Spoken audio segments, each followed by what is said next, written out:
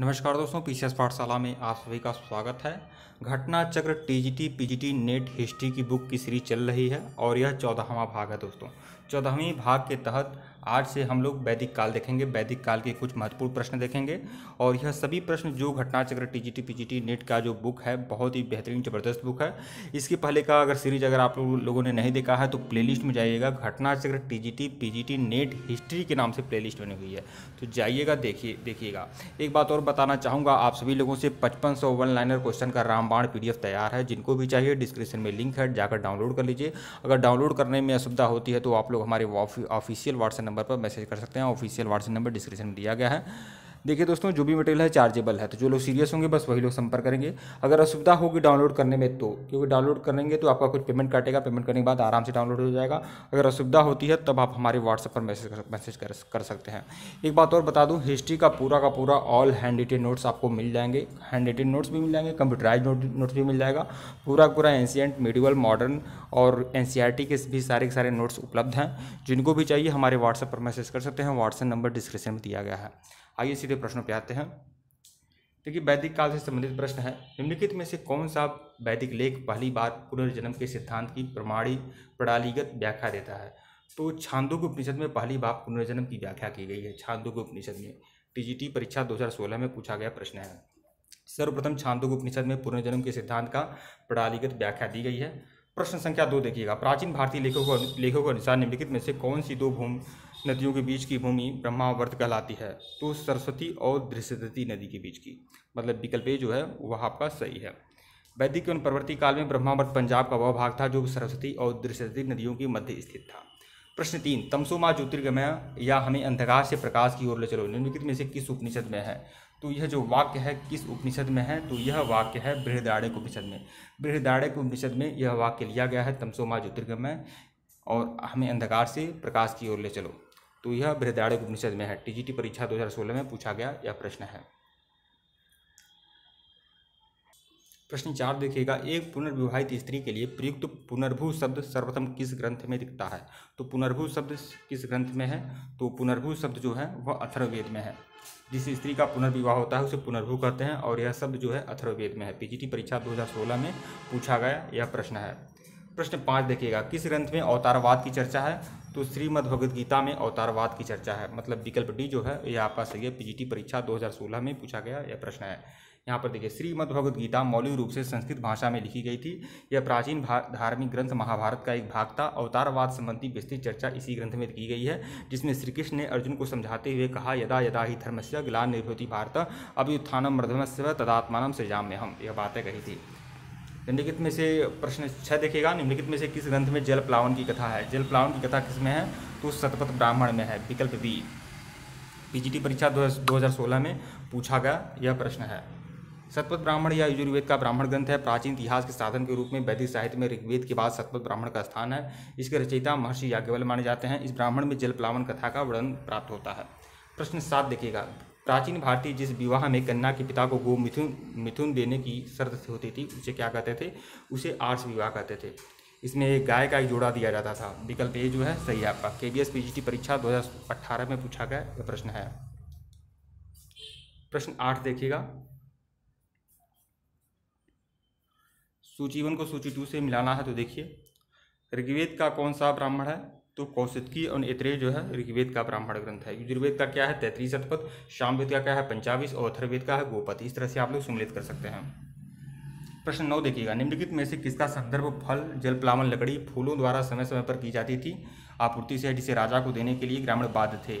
तो फल, फूल, लकड़ी आदि संविदा जिसके द्वारा दी जाती थी, जिसके तहत भाग कहा जाता था। भाग राजा को देने वाले, भाग नहीं भोग कहा जाता था।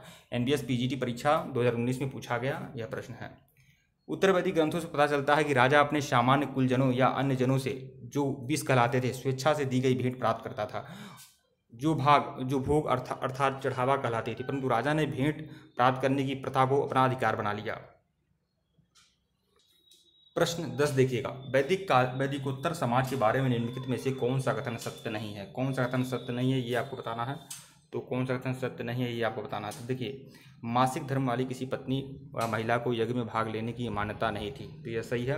यज्ञों में श्रोता के बतौर एक पत्नी ही स्वतंत्र रूप से भाग ले सकती थी, तो यह आपका सही नहीं है। यज्ञ में जितनी भी पत्नियां होती थीं वो सभी भाग लेती थी, तो यही आपका सही नहीं है, बाकी सब सही है। कुछ ग्रंथों के अनुसार यज्ञों में पत्नी की अनुपस्थिति में उसके स्थान पर सोने या घास का कोई पुतला प्रयुक्त किया जा सकता था, यह सही है। केवल विवाहित व्यक्ति ही अपनी वैध पत्नी के साथ किसी यज्ञ में यजमान बन सकता था, यह भी सही है। प्रश्न 11 देखिएगा, निम्नलिखित में से कौन सा ग्रंथ पुरुषमेध यज्ञ के समय बलि पीड़ितों की सूची में शिल्प और व्यवसायों की एक लंबी तालिका प्रस्तुत करता है? तो कौन सा ग्रंथ ऐसा प्रस्तुत करता है? वाजस्नेयी संहिता। निम्नलिखित में से कौन सा ग्रंथ पुरुषमेध यज्ञ के समय बलि पीड़ितों की सूची में शिल्प और व्यवसायों की एक लंबी तालिका प्रस्तुत करता है? वाजस्नेयी संहिता प्रस्तुत करता है। NBS PGT परीक्षा 2019 में पूछा गया प्रश्न है। यजुर्वेद के दो भाग हैं, कृष्ण यजुर्वेद और शुक्ल यजुर्वेद। शुक्ल यजुर्वेद की संहिताओं को वाजस्नेयी संहिता कहा जाता है। इसमें पुरुषमेध यज्ञ के समय बलि पीड़ितों की सूची दी गई है, जिसमें शिल्प एवं व्यवसायों का उल्लेख किया गया है। प्रश्न 12 देखिएगा, किस सम्मेलन को नरिस्ता कहा गया है, जिसका अर्थ एक ऐसा संकल्प जिसे तोड़ा नहीं जा सकता?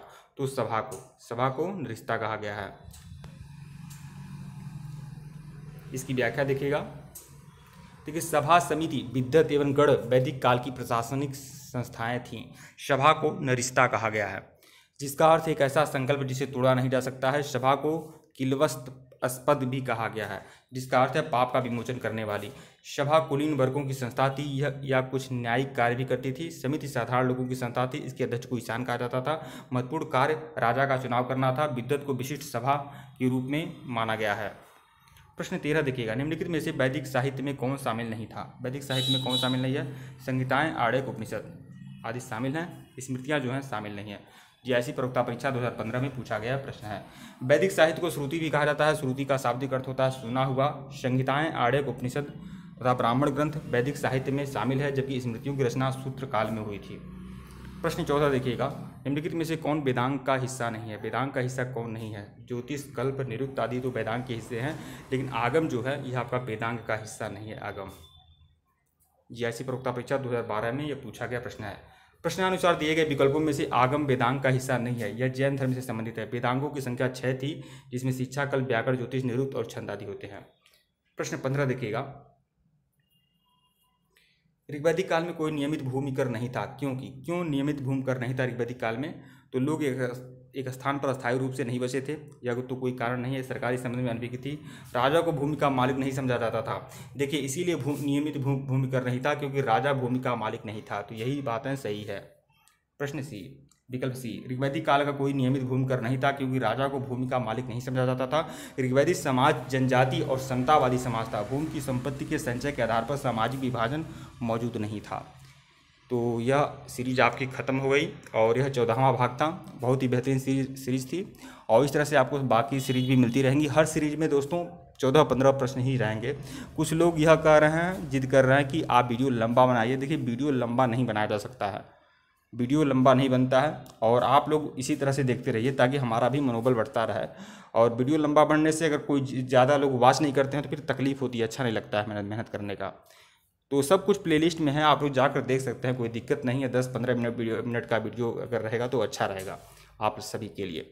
डिस्क्रिप्शन में लिंक टेलीग्राम का, टेलीग्राम को बिल्कुल ज्वाइन करिएगा दोस्तों। डिस्क्रिप्शन में लिंक टेलीग्राम का है। एक बात और कहना चाहूँगा आप सभी लोगों से कि आप लोग 5500 वन लाइनर क्वेश्चन का जो रामबाण PDF है हिस्ट्री का है, उसमें ancient history, medieval history, modern history, world history के सभी प्रश्न हैं, प्रश्नोत्तरी है, और बहुत ही बढ़िया सीरीज है, बहुत ही बढ़िया ज़बरदस्त सीरीज है।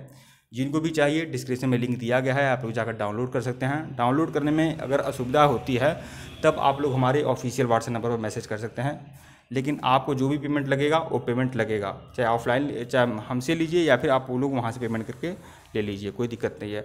और आप इतिहास का हैंड रिटेन नोट्स भी आपको मिल जाएगा, कंप्यूटराइज नोट्स भी मिल जाएगा, और पूरा का पूरा हैंड रिटेन नोट्स मिलेगा। Ancient history, medieval history, modern history, world history का पूरा यहाँ तक कि आपको क्लास 6 से लेकर 12 तक की NCERT हैंड रिटेन नोट्स भी उपलब्ध करा दिए जाएंगे, जो किसी भी ऑल इंडिया TGT PGT के लिए, नेट आदि के लिए बहुत ही रामबाण होंगे। तो जिनको भी चाहिए हमारे ऑफिशियल व्हाट्सएप नंबर पर मैसेज कर सकते हैं।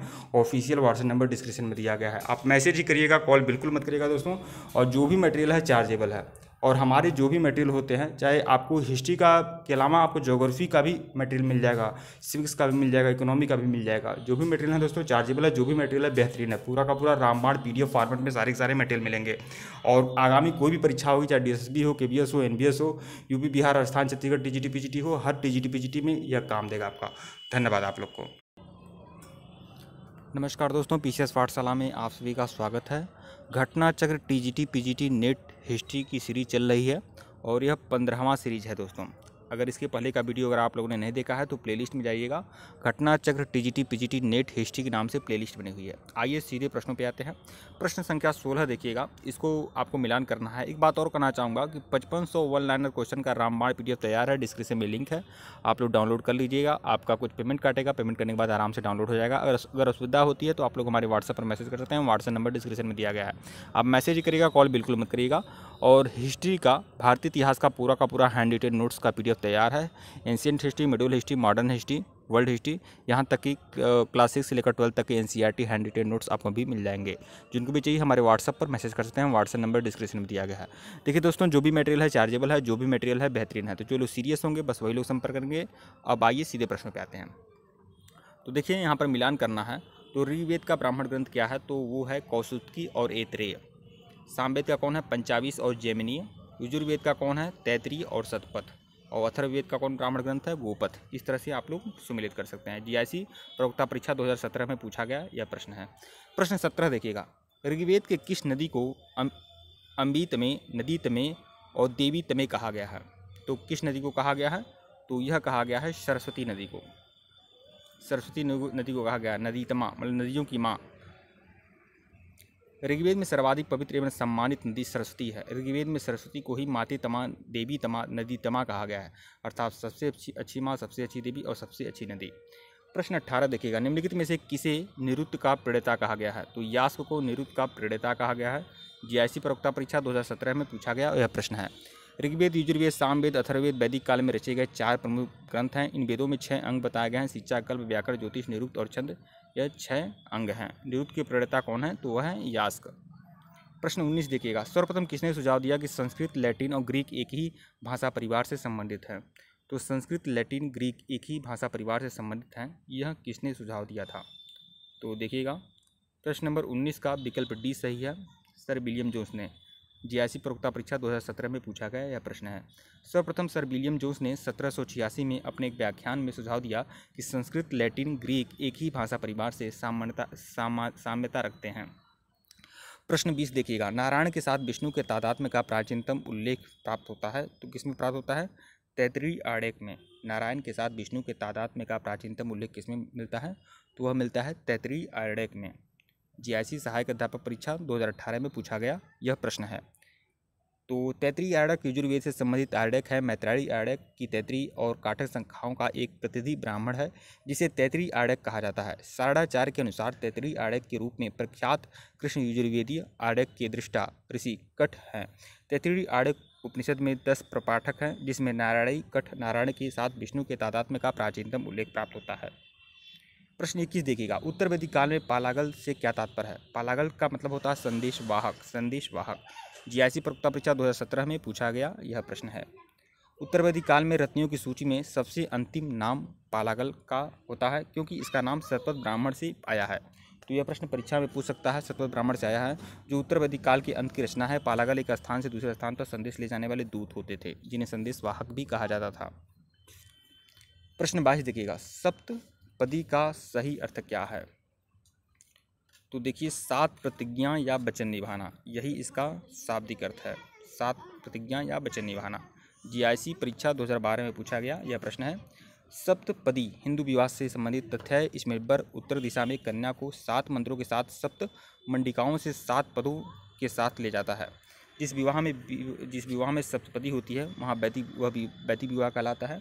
सप्तपदी के अनुसार कन्या को वर के वाम अंग में बैठाया जाता है, बाईं ओर बैठाया जाता है। प्रश्न 23 देखिएगा, सर्वप्रथम किस ग्रंथ में हिरण्यकार शब्द मिलता है? हिरण्यकार किस ग्रंथ में मिलता है? तो हिरण्यकार शब्द किस ग्रंथ में मिलता है? तो वह मिलता है यजुर्वेद में। यजुर्वेद में हिरण्यकार शब्द मिलता है, यह चीज़ ध्यान में रखिएगा आप लोग। हिरण्यकार शब्द यजुर्वेद में मिलता है। GIC परीक्षा में यह प्रश्न पूछा गया है। सर्वप्रथम यजुर्वेद में हृदयकार शब्द मिलता है। आर्यों का प्रारंभिक जीवन अस्थायी नहीं था, इस कारण कर का बहुत महत्व नहीं था। लोग स्वेच्छा से राजा को बलि देते थे, लेकिन उत्तर वैदिक काल में इनका जीवन अस्थायी होने लगा। कर को नियमित किया गया। भाग, भोग, हृदयकार जैसे शब्द मिलते हैं। भागदुक कर संग्रह करने वाले अधिकारी थे। यह भी प्रश्न पूछता है कि भागदुक का मतलब क्या होता है। कर संग्रह करने वाले अधिकारी को भागदुक भी कहते हैं। प्रश्न 24 देखिएगा, प्राचीन भारत में जो विधवा पुनर्विवाह कर लेती थी उसे क्या कहा जाता था, तो उसे पुनर्भू कहा जाता था। यह भी विकल्प सी जो है सही आपका जीआईसी प्रवक्ता परीक्षा 2009 में पूछा गया प्रश्न है। प्राचीन काल में विवाह एक पवित्र बंधन माना जाता था। शतपथ ब्राह्मण में पत्नी को पति की अर्धांगिनी माना गया है। देखिए यह प्रश्न पूछता है कि शतपथ किस ग्रंथ में पत्नी को पति का अर्धांगिनी माना गया है, तो शतपथ ब्राह्मण में। समाज में पुनर्विवाह नियोग प्रथा प्रचलित थी। पुनर्विवाह कर लेती थी उन्हें पुनर्भू कहा जाता था। यह भी प्रश्न उठता है परीक्षाओं में।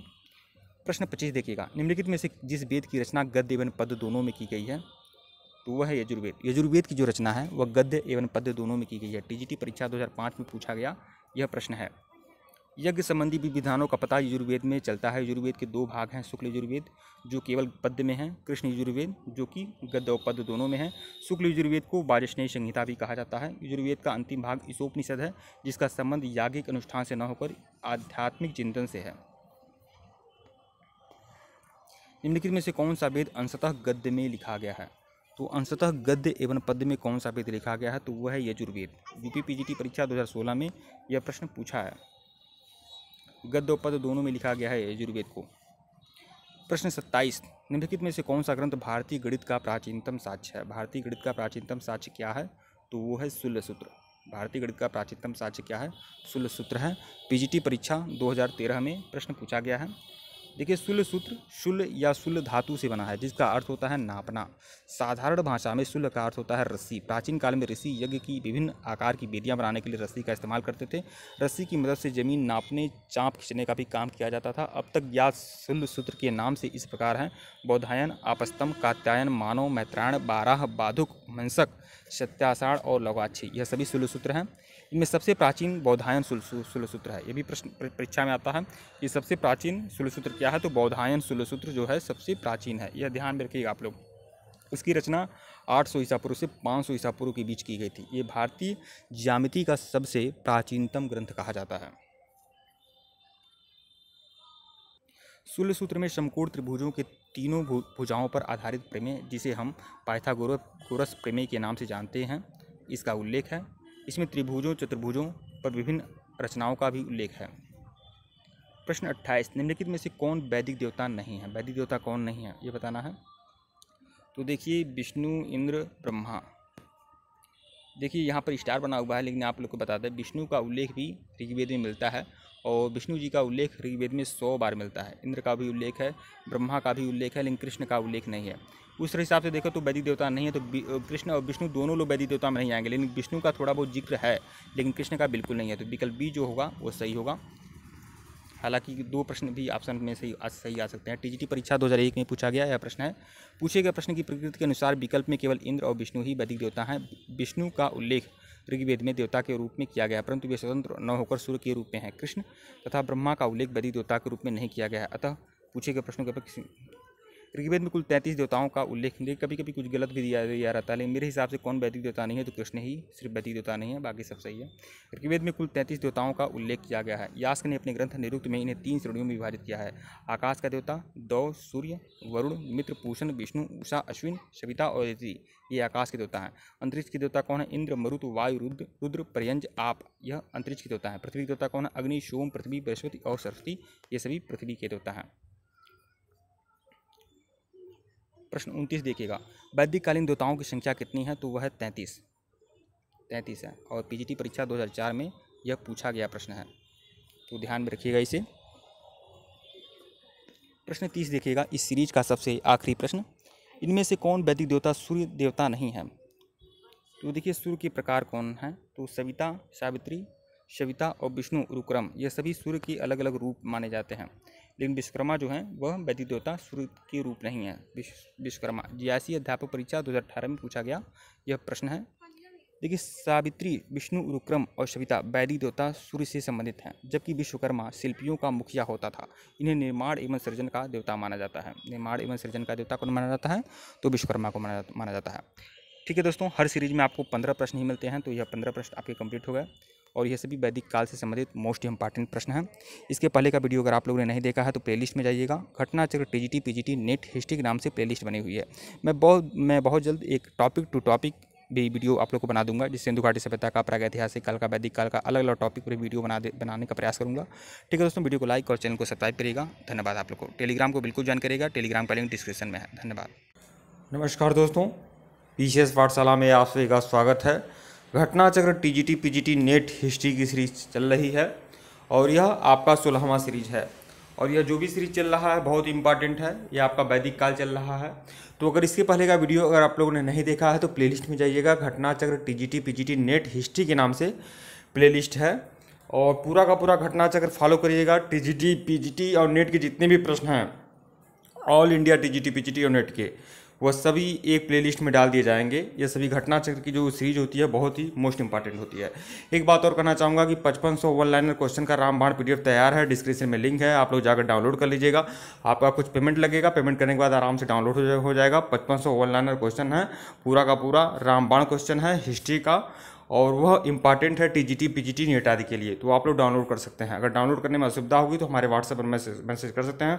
व्हाट्सएप नंबर डिस्क्रिप्शन में दिया गया है, किसी प्रकार की कोई दिक्कत नहीं है। और हिस्ट्री का पूरा हैंडरेटेड नोट्स तैयार है, पूरा ancient history, medieval history, modern history, NCERT class 6 से लेकर 12 तक, वर्ल्ड हिस्ट्री, सब कुछ आपको मिल जाएगा। तो जिनको भी चाहिए हमारे व्हाट्सएप पर मैसेज कर सकते हैं।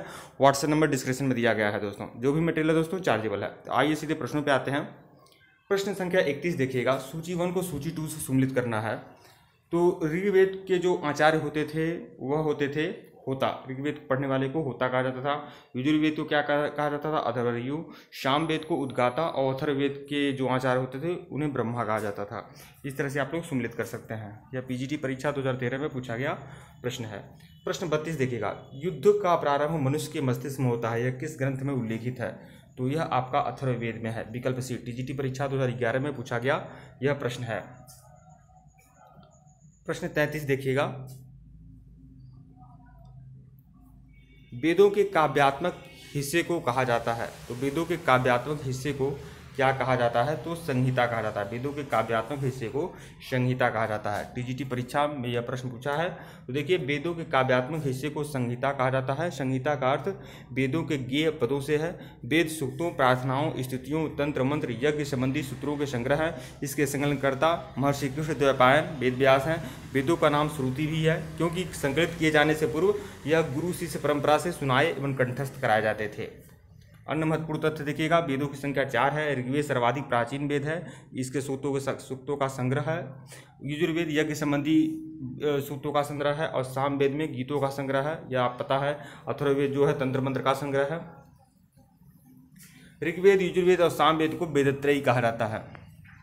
वेदों को कहा जाता है, वेद को कहा जाता है। तो वेद क्या है? तो वेद जो है ध्वनि उच्चारण है। वेद जो है विद धातु से मतलब विद धातु से बना है, जिसका तात्पर्य होता है ज्ञान। तो ध्वनि उच्चारण है वेद। ऐसी परीक्षा 2012 में पूछा गया है प्रश्न है। तो वेद का शाब्दिक अर्थ होता है ज्ञान। वैदिक साहित्य को श्रुति भी कहते हैं। श्रुति का शाब्दिक अर्थ होता है सुना हुआ। भारतीय साहित्यिक व्यवस्था में वेदों को अपौरुषेय कहा गया है। चूंकि वैदिक काल में लिपि का ज्ञान नहीं था, इसलिए वैदिक ज्ञान को एक पीढ़ी से दूसरी पीढ़ी तक मौखिक रूप से ही पहुंचाया जाता था।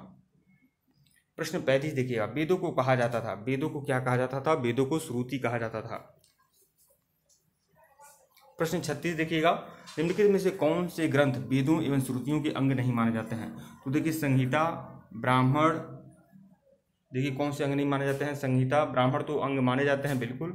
और उसके बाद उपनिषद, संहिता, ब्राह्मण, आर्यक, उपनिषद, ये सभी वेदों के प्रकार हैं, लेकिन पुराण जो है वेदों का अंग नहीं है।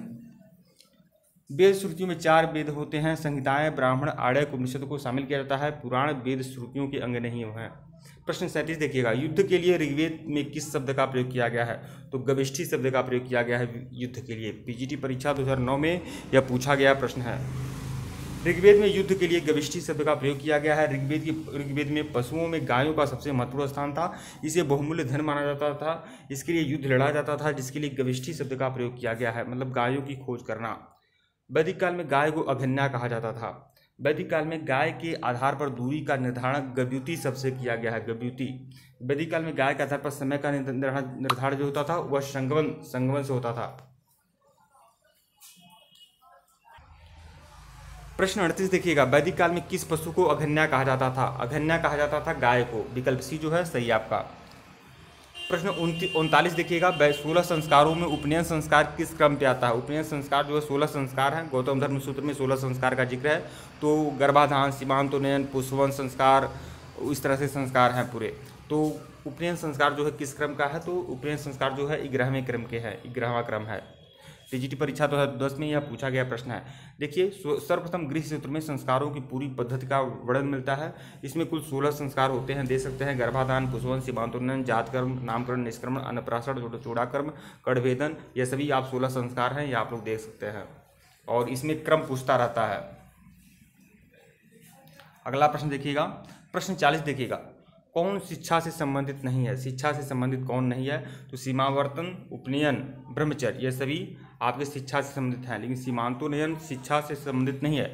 सीमांतोन्नयन संस्कार तब होता है जब बालक गर्भ में ही रहता है, तभी सीमांतोन्नयन संस्कार हो जाता है। तो पीजीटी परीक्षा 2013 में पूछा गया प्रश्न है।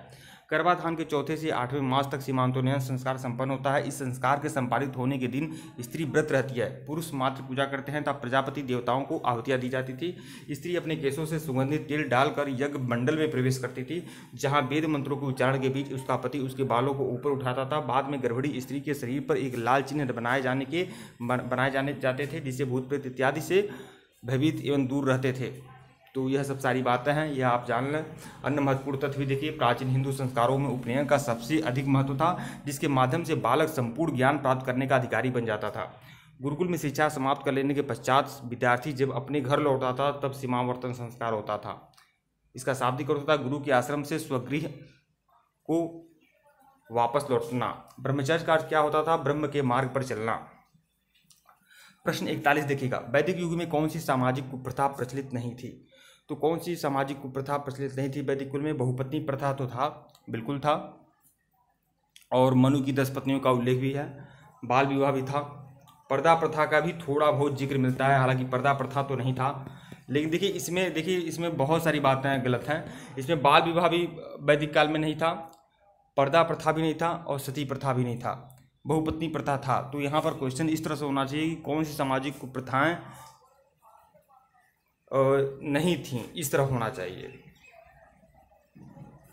देख लीजिएगा, वैदिक युग में सती प्रथा, पर्दा प्रथा एवं बाल विवाह जैसी सामाजिक कुप्रथाएं प्रचलित नहीं थीं। वैदिक युग में बहुपत्नी प्रथा का कुछ स्थानों पर उल्लेख मिलता है। प्रश्न पूछने पर प्रकृति त्रुटिपूर्ण है, यदि पूछे गए प्रश्न में से नहीं को हटा लिया जाए तो प्रश्न होगा कि वैदिक युग में कौन सी सामाजिक कुप्रथा प्रचलित थी? तो बहुपत्नी प्रथा ही सिर्फ प्रचलित थी, बाकी सब सही है। प्रश्न 42 देखिएगा, ऋग्वैदिक काल में निम्नलिखित में से कौन सी प्रथा प्रचलित नहीं थी? तो कौन सी प्रथा प्रचलित नहीं थी, तो ये बताना है। तो ये आपका बाल विवाह जो है प्रचलित नहीं था, जबकि वधूमूल्य, विधवा विवाह और दहेज आदि प्रचलित थे। ऋग्वैदिक समाज में विवाह एक पवित्र बंधन माना जाता था। शतपथ ब्राह्मण में पत्नी को पति की अर्धांगिनी कहा गया है। परिवार में एक पत्नित्व विवाह ही सामान्यतः प्रचलित थे। यद्यपि कुलीन वर्ग के कुछ लोग कई पत्नियां रखते थे। ऋग्वैदिक काल में बाल विवाह की प्रथा प्रचलित नहीं थी। अंतर्जातीय विवाह होते थे, परंतु आर्य वर्ण का दास वर्ण के साथ विवाह निषिद्ध था। कन्या की विवाह के समय उपहार एवं द्रव्य दिए जाते थे, जिसे बहतू कहा जाता था। प्रश्न 43 देखिएगा, ऋग्वैदिक काल में इंद्र को ऋग्वेद में किस नाम से पुकारा गया है? ऋग्वेद में इंद्र को पुरंदर कहा गया है। पुरंदर मतलब दुर्गों को नष्ट करने वाला। पीजीटी परीक्षा 2009 में पूछा गया यह प्रश्न है। तो देखिए, ऋग्वैदिक आर्यों के सबसे महत्वपूर्ण एवं प्रतापी देवता इंद्र थे। उन्हें ऋग्वेद में विभिन्न नामों से पुकारा गया है। उन्हें पुरंदर अर्थात किलों को तोड़ने वाला कहा गया है। यह युद्ध नेता के रूप में चित्रित थे। इंद्र को वृत्तासुर हंता मतलब वृत्तासुर नामक राक्षस का वध करने वाला, पुराभिद मतलब बादलों को भेदने वाला, सोमापा मतलब सोम का अत्यधिक पान करने वाला, सत्कृति मतलब 100 शक्तियों का स्वामी, मधवान मतलब दानी आदि सबसे इसका वर्णन है। अन्य महत्वपूर्ण तथ्य भी देखिएगा, ऋग्वेद में इंद्र को अंतरिक्षवासी देवता के रूप में वर्णित किया गया है। ऋग्वेद में इंद्र का 250 सूक्तों में वर्णन है। 200 सूक्तों में अग्नि का वर्णन है। ऋग्वेद में इंद्र को आंधी, तूफान, वर्षा का देवता माना गया है और इसकी उत्पत्ति मेघ और जल से हुई है। प्रश्न 44 देखिएगा, ऋग्वेद संहिता में 1/4 संहिताएं किससे संबंधित हैं? तो इंद्र से संबंधित हैं। कुल मिलाकर 1028 सूक्त हैं, जिसमें से 250 सूक्त के लगभग सिर्फ और सिर्फ इंद्र के हैं। इंद्र को विश्व का स्वामी कहा गया है। ऋग्वेद में सर्वाधिक 250 सूक्त इंद्र के हैं। उन्हें पुरंदर अर्थात किलों को तोड़ने वाला कहा गया है। ऋग्वेद में अग्नि के जो सूक्त हैं वो 200 सूक्त हैं और वह इस काल के सबसे सर्वाधिक महत्वपूर्ण देवता थे। वरुण को समुद्र का देवता या ऋतु का नियामक कहा गया है। वरुण को वैदिक काल में नैतिक व्यवस्था का प्रधान माना जाता था और इसी कारण उन्हें ऋतस्य गोपा कहा गया। ऋतस्य गोपा जो कहा गया है वरुण को कहा गया है। प्रश्न 45 देखिएगा, इस सीरीज का सबसे आखिरी प्रश्न। ऋग्वेद में घोड़े का कितनी बार उल्लेख है? ऋग्वेद में घोड़े का जो उल्लेख है कितनी बार है उल्लेख? तो 176 बार तो आपका गाय का उल्लेख है। 256 बार जो है वह घोड़े का उल्लेख है। 256 बार, ध्यान रखिएगा। प्रश्न 256 बार है। पुरातात्विक संदर्भों से उल्लेख मिलता है कि ऋग्वेद में घोड़े का उल्लेख 200 बार से अधिक मिलता है। अतः इस प्रश्न का निकटतम देखिए 256 इतना कंठस्थ नहीं है कि 256 ही है, लेकिन यहाँ पर यह है कि 200 से यहाँ पर वो विकल्प में नहीं है, इसलिए नज़दीकी विकल्प मान सकते हैं 256। ठीक है दोस्तों, वीडियो को लाइक और चैनल को सब्सक्राइब करिएगा। डिस्क्रिप्शन में लिंक टेलीग्राम का है, टेलीग्राम का लिंक डिस्क्रिप्शन में बिल्कुल ज्वाइन करिएगा। साथ ही साथ अगर आपको मटेरियल चाहिए हिस्ट्री का पूरा हैंड रिटेन नोट्स आपको मिल जाएगा। टीजीटी पीजीटी नेट आदि के लिए आप लोग व्हाट्सएप पर संपर्क कर सकते हैं। व्हाट्सएप नंबर डिस्क्रिप्शन में दिया गया है। ठीक है दोस्तों, धन्यवाद आप लोग को। नमस्कार दोस्तों, पीसीएस पाठशाला में आप सभी का स्वागत है। घटना चक्र टीजीटी पीजीटी नेट हिस्ट्री की सीरीज चल रही है और यह 17वीं सीरीज है दोस्तों। अगर इसके पहले का वीडियो अगर आप लोगों ने नहीं देखा है तो प्लेलिस्ट में जाइएगा। घटना चक्र टीजीटी पीजीटी नेट हिस्ट्री के नाम से प्लेलिस्ट बनी हुई है। 5500 वन लाइनर क्वेश्चन का रामबाण पीडीएफ तैयार है दोस्तों। पूरा का पूरा हिस्ट्री का है। टीजीटी पीजीटी नेट आदि के लिए बहुत ही इंपॉर्टेंट है। डिस्क्रिप्शन में लिंक है, डाउनलोड कर सकते हैं। अगर असुविधा होती है तो हमारे व्हाट्सएप पर मैसेज कर सकते हैं। व्हाट्सएप नंबर डिस्क्रिप्शन में दिया गया है। इतिहास का पूरा हैंड रिटेन नोट्स आपको मिल जाएगा। टीजीटी के लिए, पीजीटी के लिए, नेट के लिए ancient history, module history, modern history, यहाँ तक कि क्लासिक से लेकर 12 तक के एनसीईआरटी के हैंड रिटेन नोट्स और वर्ल्ड हिस्ट्री, बहुत सारे पीडीएफ आपको हिस्ट्री के मिल जाएंगे जो बहुत ही इंपॉर्टेंट होंगे किसी भी आगामी परीक्षा के लिए। तो जिनको भी वह मटेरियल चाहिए हमारे व्हाट्सएप पर मैसेज कर सकते हैं। व्हाट्सएप नंबर डिस्क्रिप्शन में दिया गया है। जो भी मटेरियल है दोस्तों चार्जेबल है, जो भी मटेरियल है बेहतरीन है। तो जो लोग सीरियस होंगे वो लोग संपर्क कर लेंगे। आइए सीधे प्रश्नों पर आते हैं। तो प्रश्न संख्या 46 देखिएगा। यह वैदिक काल के प्रश्न है। वैदिक काल के अद्वैतवाद की अनुभूति किस काल में हुई थी? तो अद्वैतवाद की अनुभूति किस काल में हुई थी ये बताना है आपको। तो उत्तर वैदिक काल में हुई थी। टीजीटी परीक्षा 2003 में पूछा गया यह प्रश्न है। अद्वैतवाद या अद्वैतवाद की अनुभूति उत्तर वैदिक काल की अंतिम अवस्था में हुई थी। वैदिक काल के अंतिम दौर में पुरोहितों के प्रभुत्व तथा यादृच्छिक कर्मकांड के विरुद्ध उपनिषदीय प्रतिक्रिया हुई थी, जिसका चरम विकास जैन एवं बौद्ध आंदोलन में दिखाई पड़ता है। उपनिषदीय विचारकों ने याज्ञिक अनुष्ठानों को ऐसी कमजोर नौका बताया है जिसके द्वारा इस जीवन रूपी भवसागर को पार नहीं किया जा सकता। इन्होंने मोक्ष प्राप्ति के उद्देश्य हेतु ज्ञान मार्ग का प्रतिपादन किया था। अन्य महत्वपूर्ण तथ्य भी आप लोग दे सकते हैं कि मुंडकोपनिषद में सत्यमेव जयते का उल्लेख किया गया है और भी बहुत सारी बातें हैं। ब्रह्म की सर्वप्रथम जानकारी बृहदारण्यक उपनिषद से मिलती है। यह कई सारे प्रश्नों में आते हैं, कई सारी परीक्षाओं में। प्रश्न 47 देखिएगा। भारतीय संस्कृति की आधारशिला क्या है? भारतीय संस्कृति की जो आधारशिला है वह है ऋग्वेद। टीजीटी परीक्षा 2003 में पूछा गया यह प्रश्न है। ऋग्वेद भारोपीय साहित्य का सबसे प्राचीनतम ग्रंथ है। ऋग्वैदिक काल 1500 ईसा पूर्व से लेकर 1000 ईसा पूर्व तक माना जाता है। ऋग्वेद में तत्कालीन धार्मिक, सामाजिक, राजनीतिक, आर्थिक गतिविधियों की जानकारी विस्तार से मिलती है। अतः कहा जा सकता है कि भारतीय संस्कृति की आधारशिला जो है वह ऋग्वेद है। ऋग्वेद को 8 भागों में बांटा जाता है। इन्हें अष्टक कहा जाता है और प्रत्येक अष्टक को पुनः 8 भागों में बांटा जाता है। ऋग्वेद में 10,552 सूक्त हैं, मतलब मंत्र हैं, और 1028 सूक्त है। 10,562 मंत्र और 1028 सूक्त हैं। प्रश्न 48 देखिएगा। समुद्र पर्यंत पृथ्वी के शासक को एक राट कहा जाता है। यह जानकारी कहाँ से मिलती है? यह जानकारी ऐत्रेय ब्राह्मण से मिलती है। पीजीटी परीक्षा 2006 में पूछा गया प्रश्न है। राजा की उत्पत्ति का सिद्धांत सर्वप्रथम ऐत्रेय ब्राह्मण में मिलता है। अधिकारों की वृद्धि के परिणाम स्वरूप अलग अलग दिशाओं के राजा के नाम अलग अलग होने लगे। समुद्र पर्यंत पृथ्वी के शासक को अर्थात चारों दिशाओं के राजा को एक राट कहा गया। जिन्होंने उत्तर, पश्चिम, दक्षिण, पूरब हर जगह जिन्होंने विजय पताका फहराया उन्हें एक राट कहा गया। देखिए, मध्य देश के राजा को राजा, पूर्व देश के राजा को सम्राट, पश्चिम देश के राजा को स्वराट और उत्तर देश के राजा को विराट और दक्षिण के राजा को भोज कहा गया है। प्रश्न 49 देखिएगा। रामायण और महाभारत में उल्लिखित स्थलों की पुरातात्विक पहचान की गई है। तो किसके द्वारा की गई है? तो यह पहचान की गई है बीबी लाल के द्वारा। बीबी लाल द्वारा रामायण और महाभारत में उल्लिखित स्थलों की पुरातात्विक पहचान बीबी लाल द्वारा की गई है। 1975, 76 तथा 1976-77 में उत्खनन में एक विश्वसनीय कालक्रम प्रकाश में आया। साथ ही साथ इस स्थान पर प्राचीनतम बस्ती के विषय में भी जानकारी मिलती है। अन्य महत्वपूर्ण तथ्य भी देखिएगा, उत्खनन में सबसे निचले स्तर में उत्तरी काले चमकीले मृदभांड एवं धूसर मृदभांड परंपरा के मिट्टी के बर्तन मिले हैं। धूसर परंपरा के कुछ मृदभांडों पर काले रंग की चित्रकारी भी मिलती है। यहाँ से प्राप्त मृदभांड श्रावस्ती, पिपरामा एवं कौशाम्बी से प्राप्त मृदभांडों के समान हैं। प्रश्न 50 देखिएगा, महाभारत में उल्लिखित कुछ स्थलों का पुरातात्विक स्थलों से समीकरण किसने किया था? तो बीबी लाल ने किया था। बीबी लाल ने किया था। जीआईसी प्रवक्ता परीक्षा 2012 में पूछा गया यह प्रश्न है। प्रश्न संख्या 51 देखिएगा। प्रश्न संख्या 51 देखिएगा, बोगाजकोई अभिलेख मिलता है। बोगाजकोई अभिलेख कहाँ मिला है? तो यह तुर्की में मिला है। जीआईसी परीक्षा 2009 में पूछा गया प्रश्न है। 14वीं सदी ईसा पूर्व एशिया माइनर स्थित बोगाजकोई नामक स्थान से बोगाजकोई अभिलेख प्राप्त हुआ है। इस अभिलेख पर वैदिक काल के देवताओं इंद्र, मित्र, वरुण, नासत्य का उल्लेख है। इससे ज्ञात होता है कि वैदिक आर्य ईरान से होकर भारत में आए होंगे और इस अभिलेख को सबसे प्राचीनतम अभिलेख भी माना जाता है। प्रश्न संख्या 52 देखिएगा, एशिया माइनर से प्राप्त बोगाजकोई अभिलेख में जिन वैदिक देवताओं का आवाहन किया गया है उन्हें क्या कहा गया है? तो उन्हें इंद्र, मित्र, वरुण, नासत्य कहा गया है।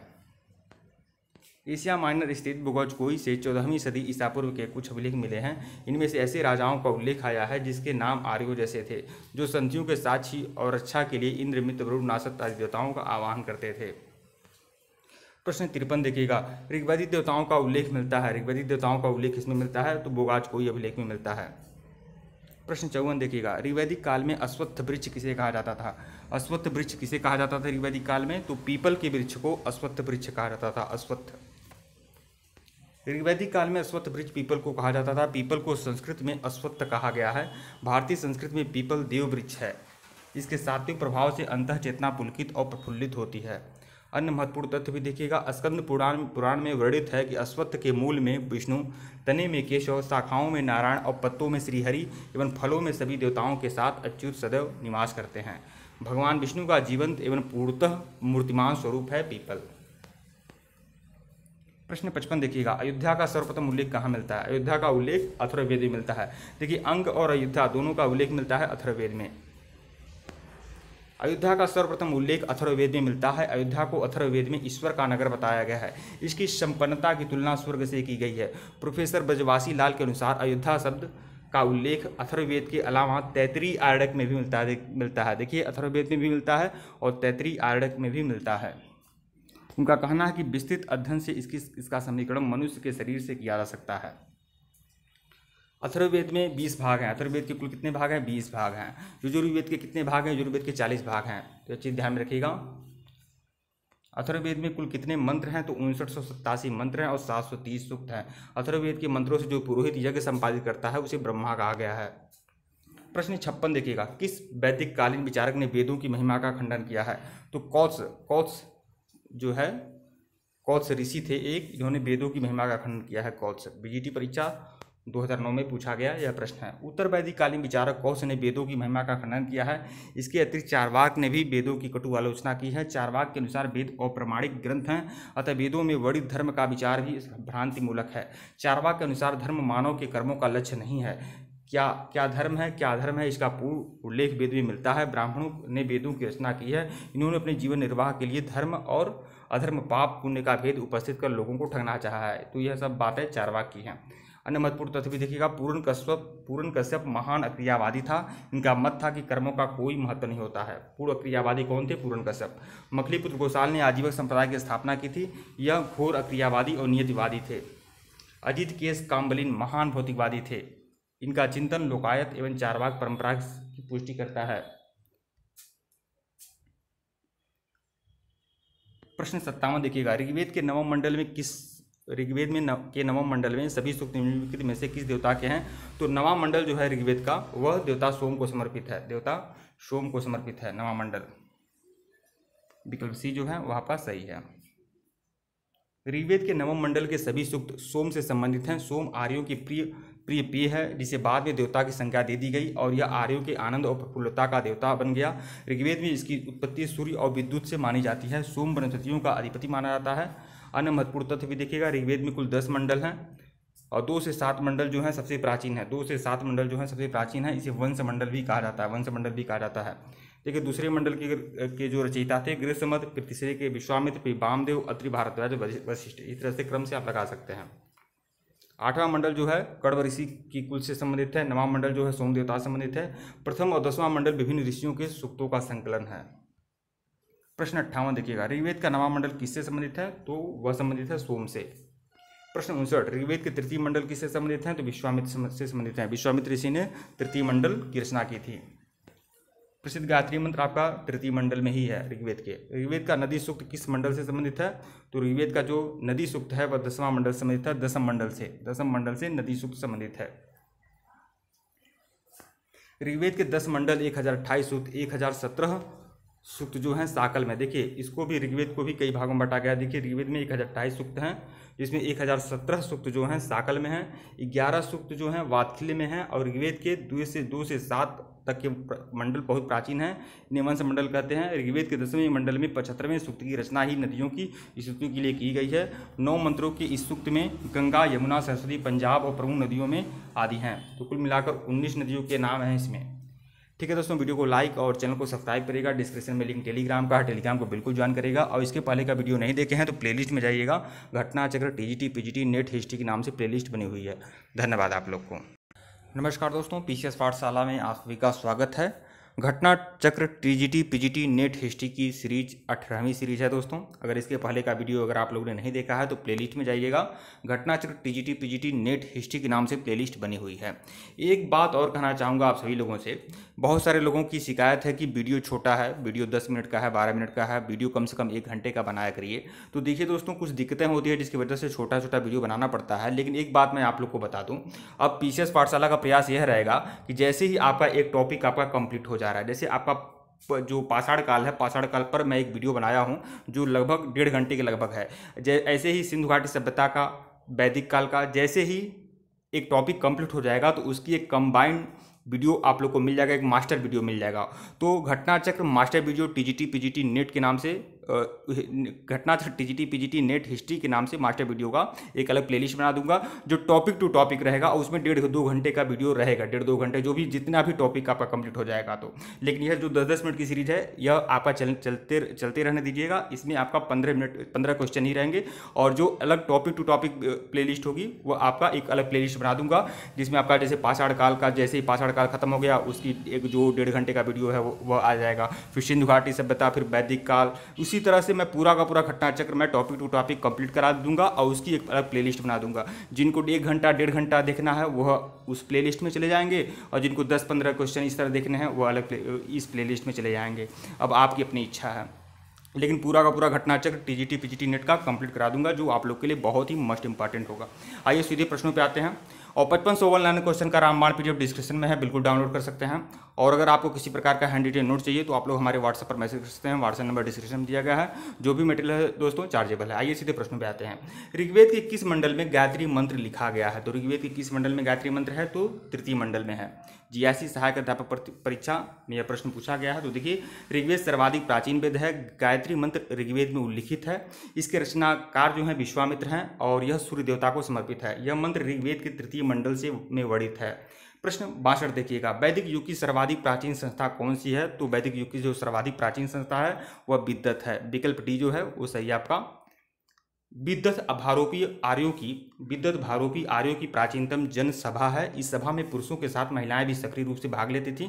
यह ऋग्वैदिक कालीन सर्वाधिक महत्वपूर्ण सभा थी, क्योंकि इसका उल्लेख ऋग्वेद में 122 बार किया गया है।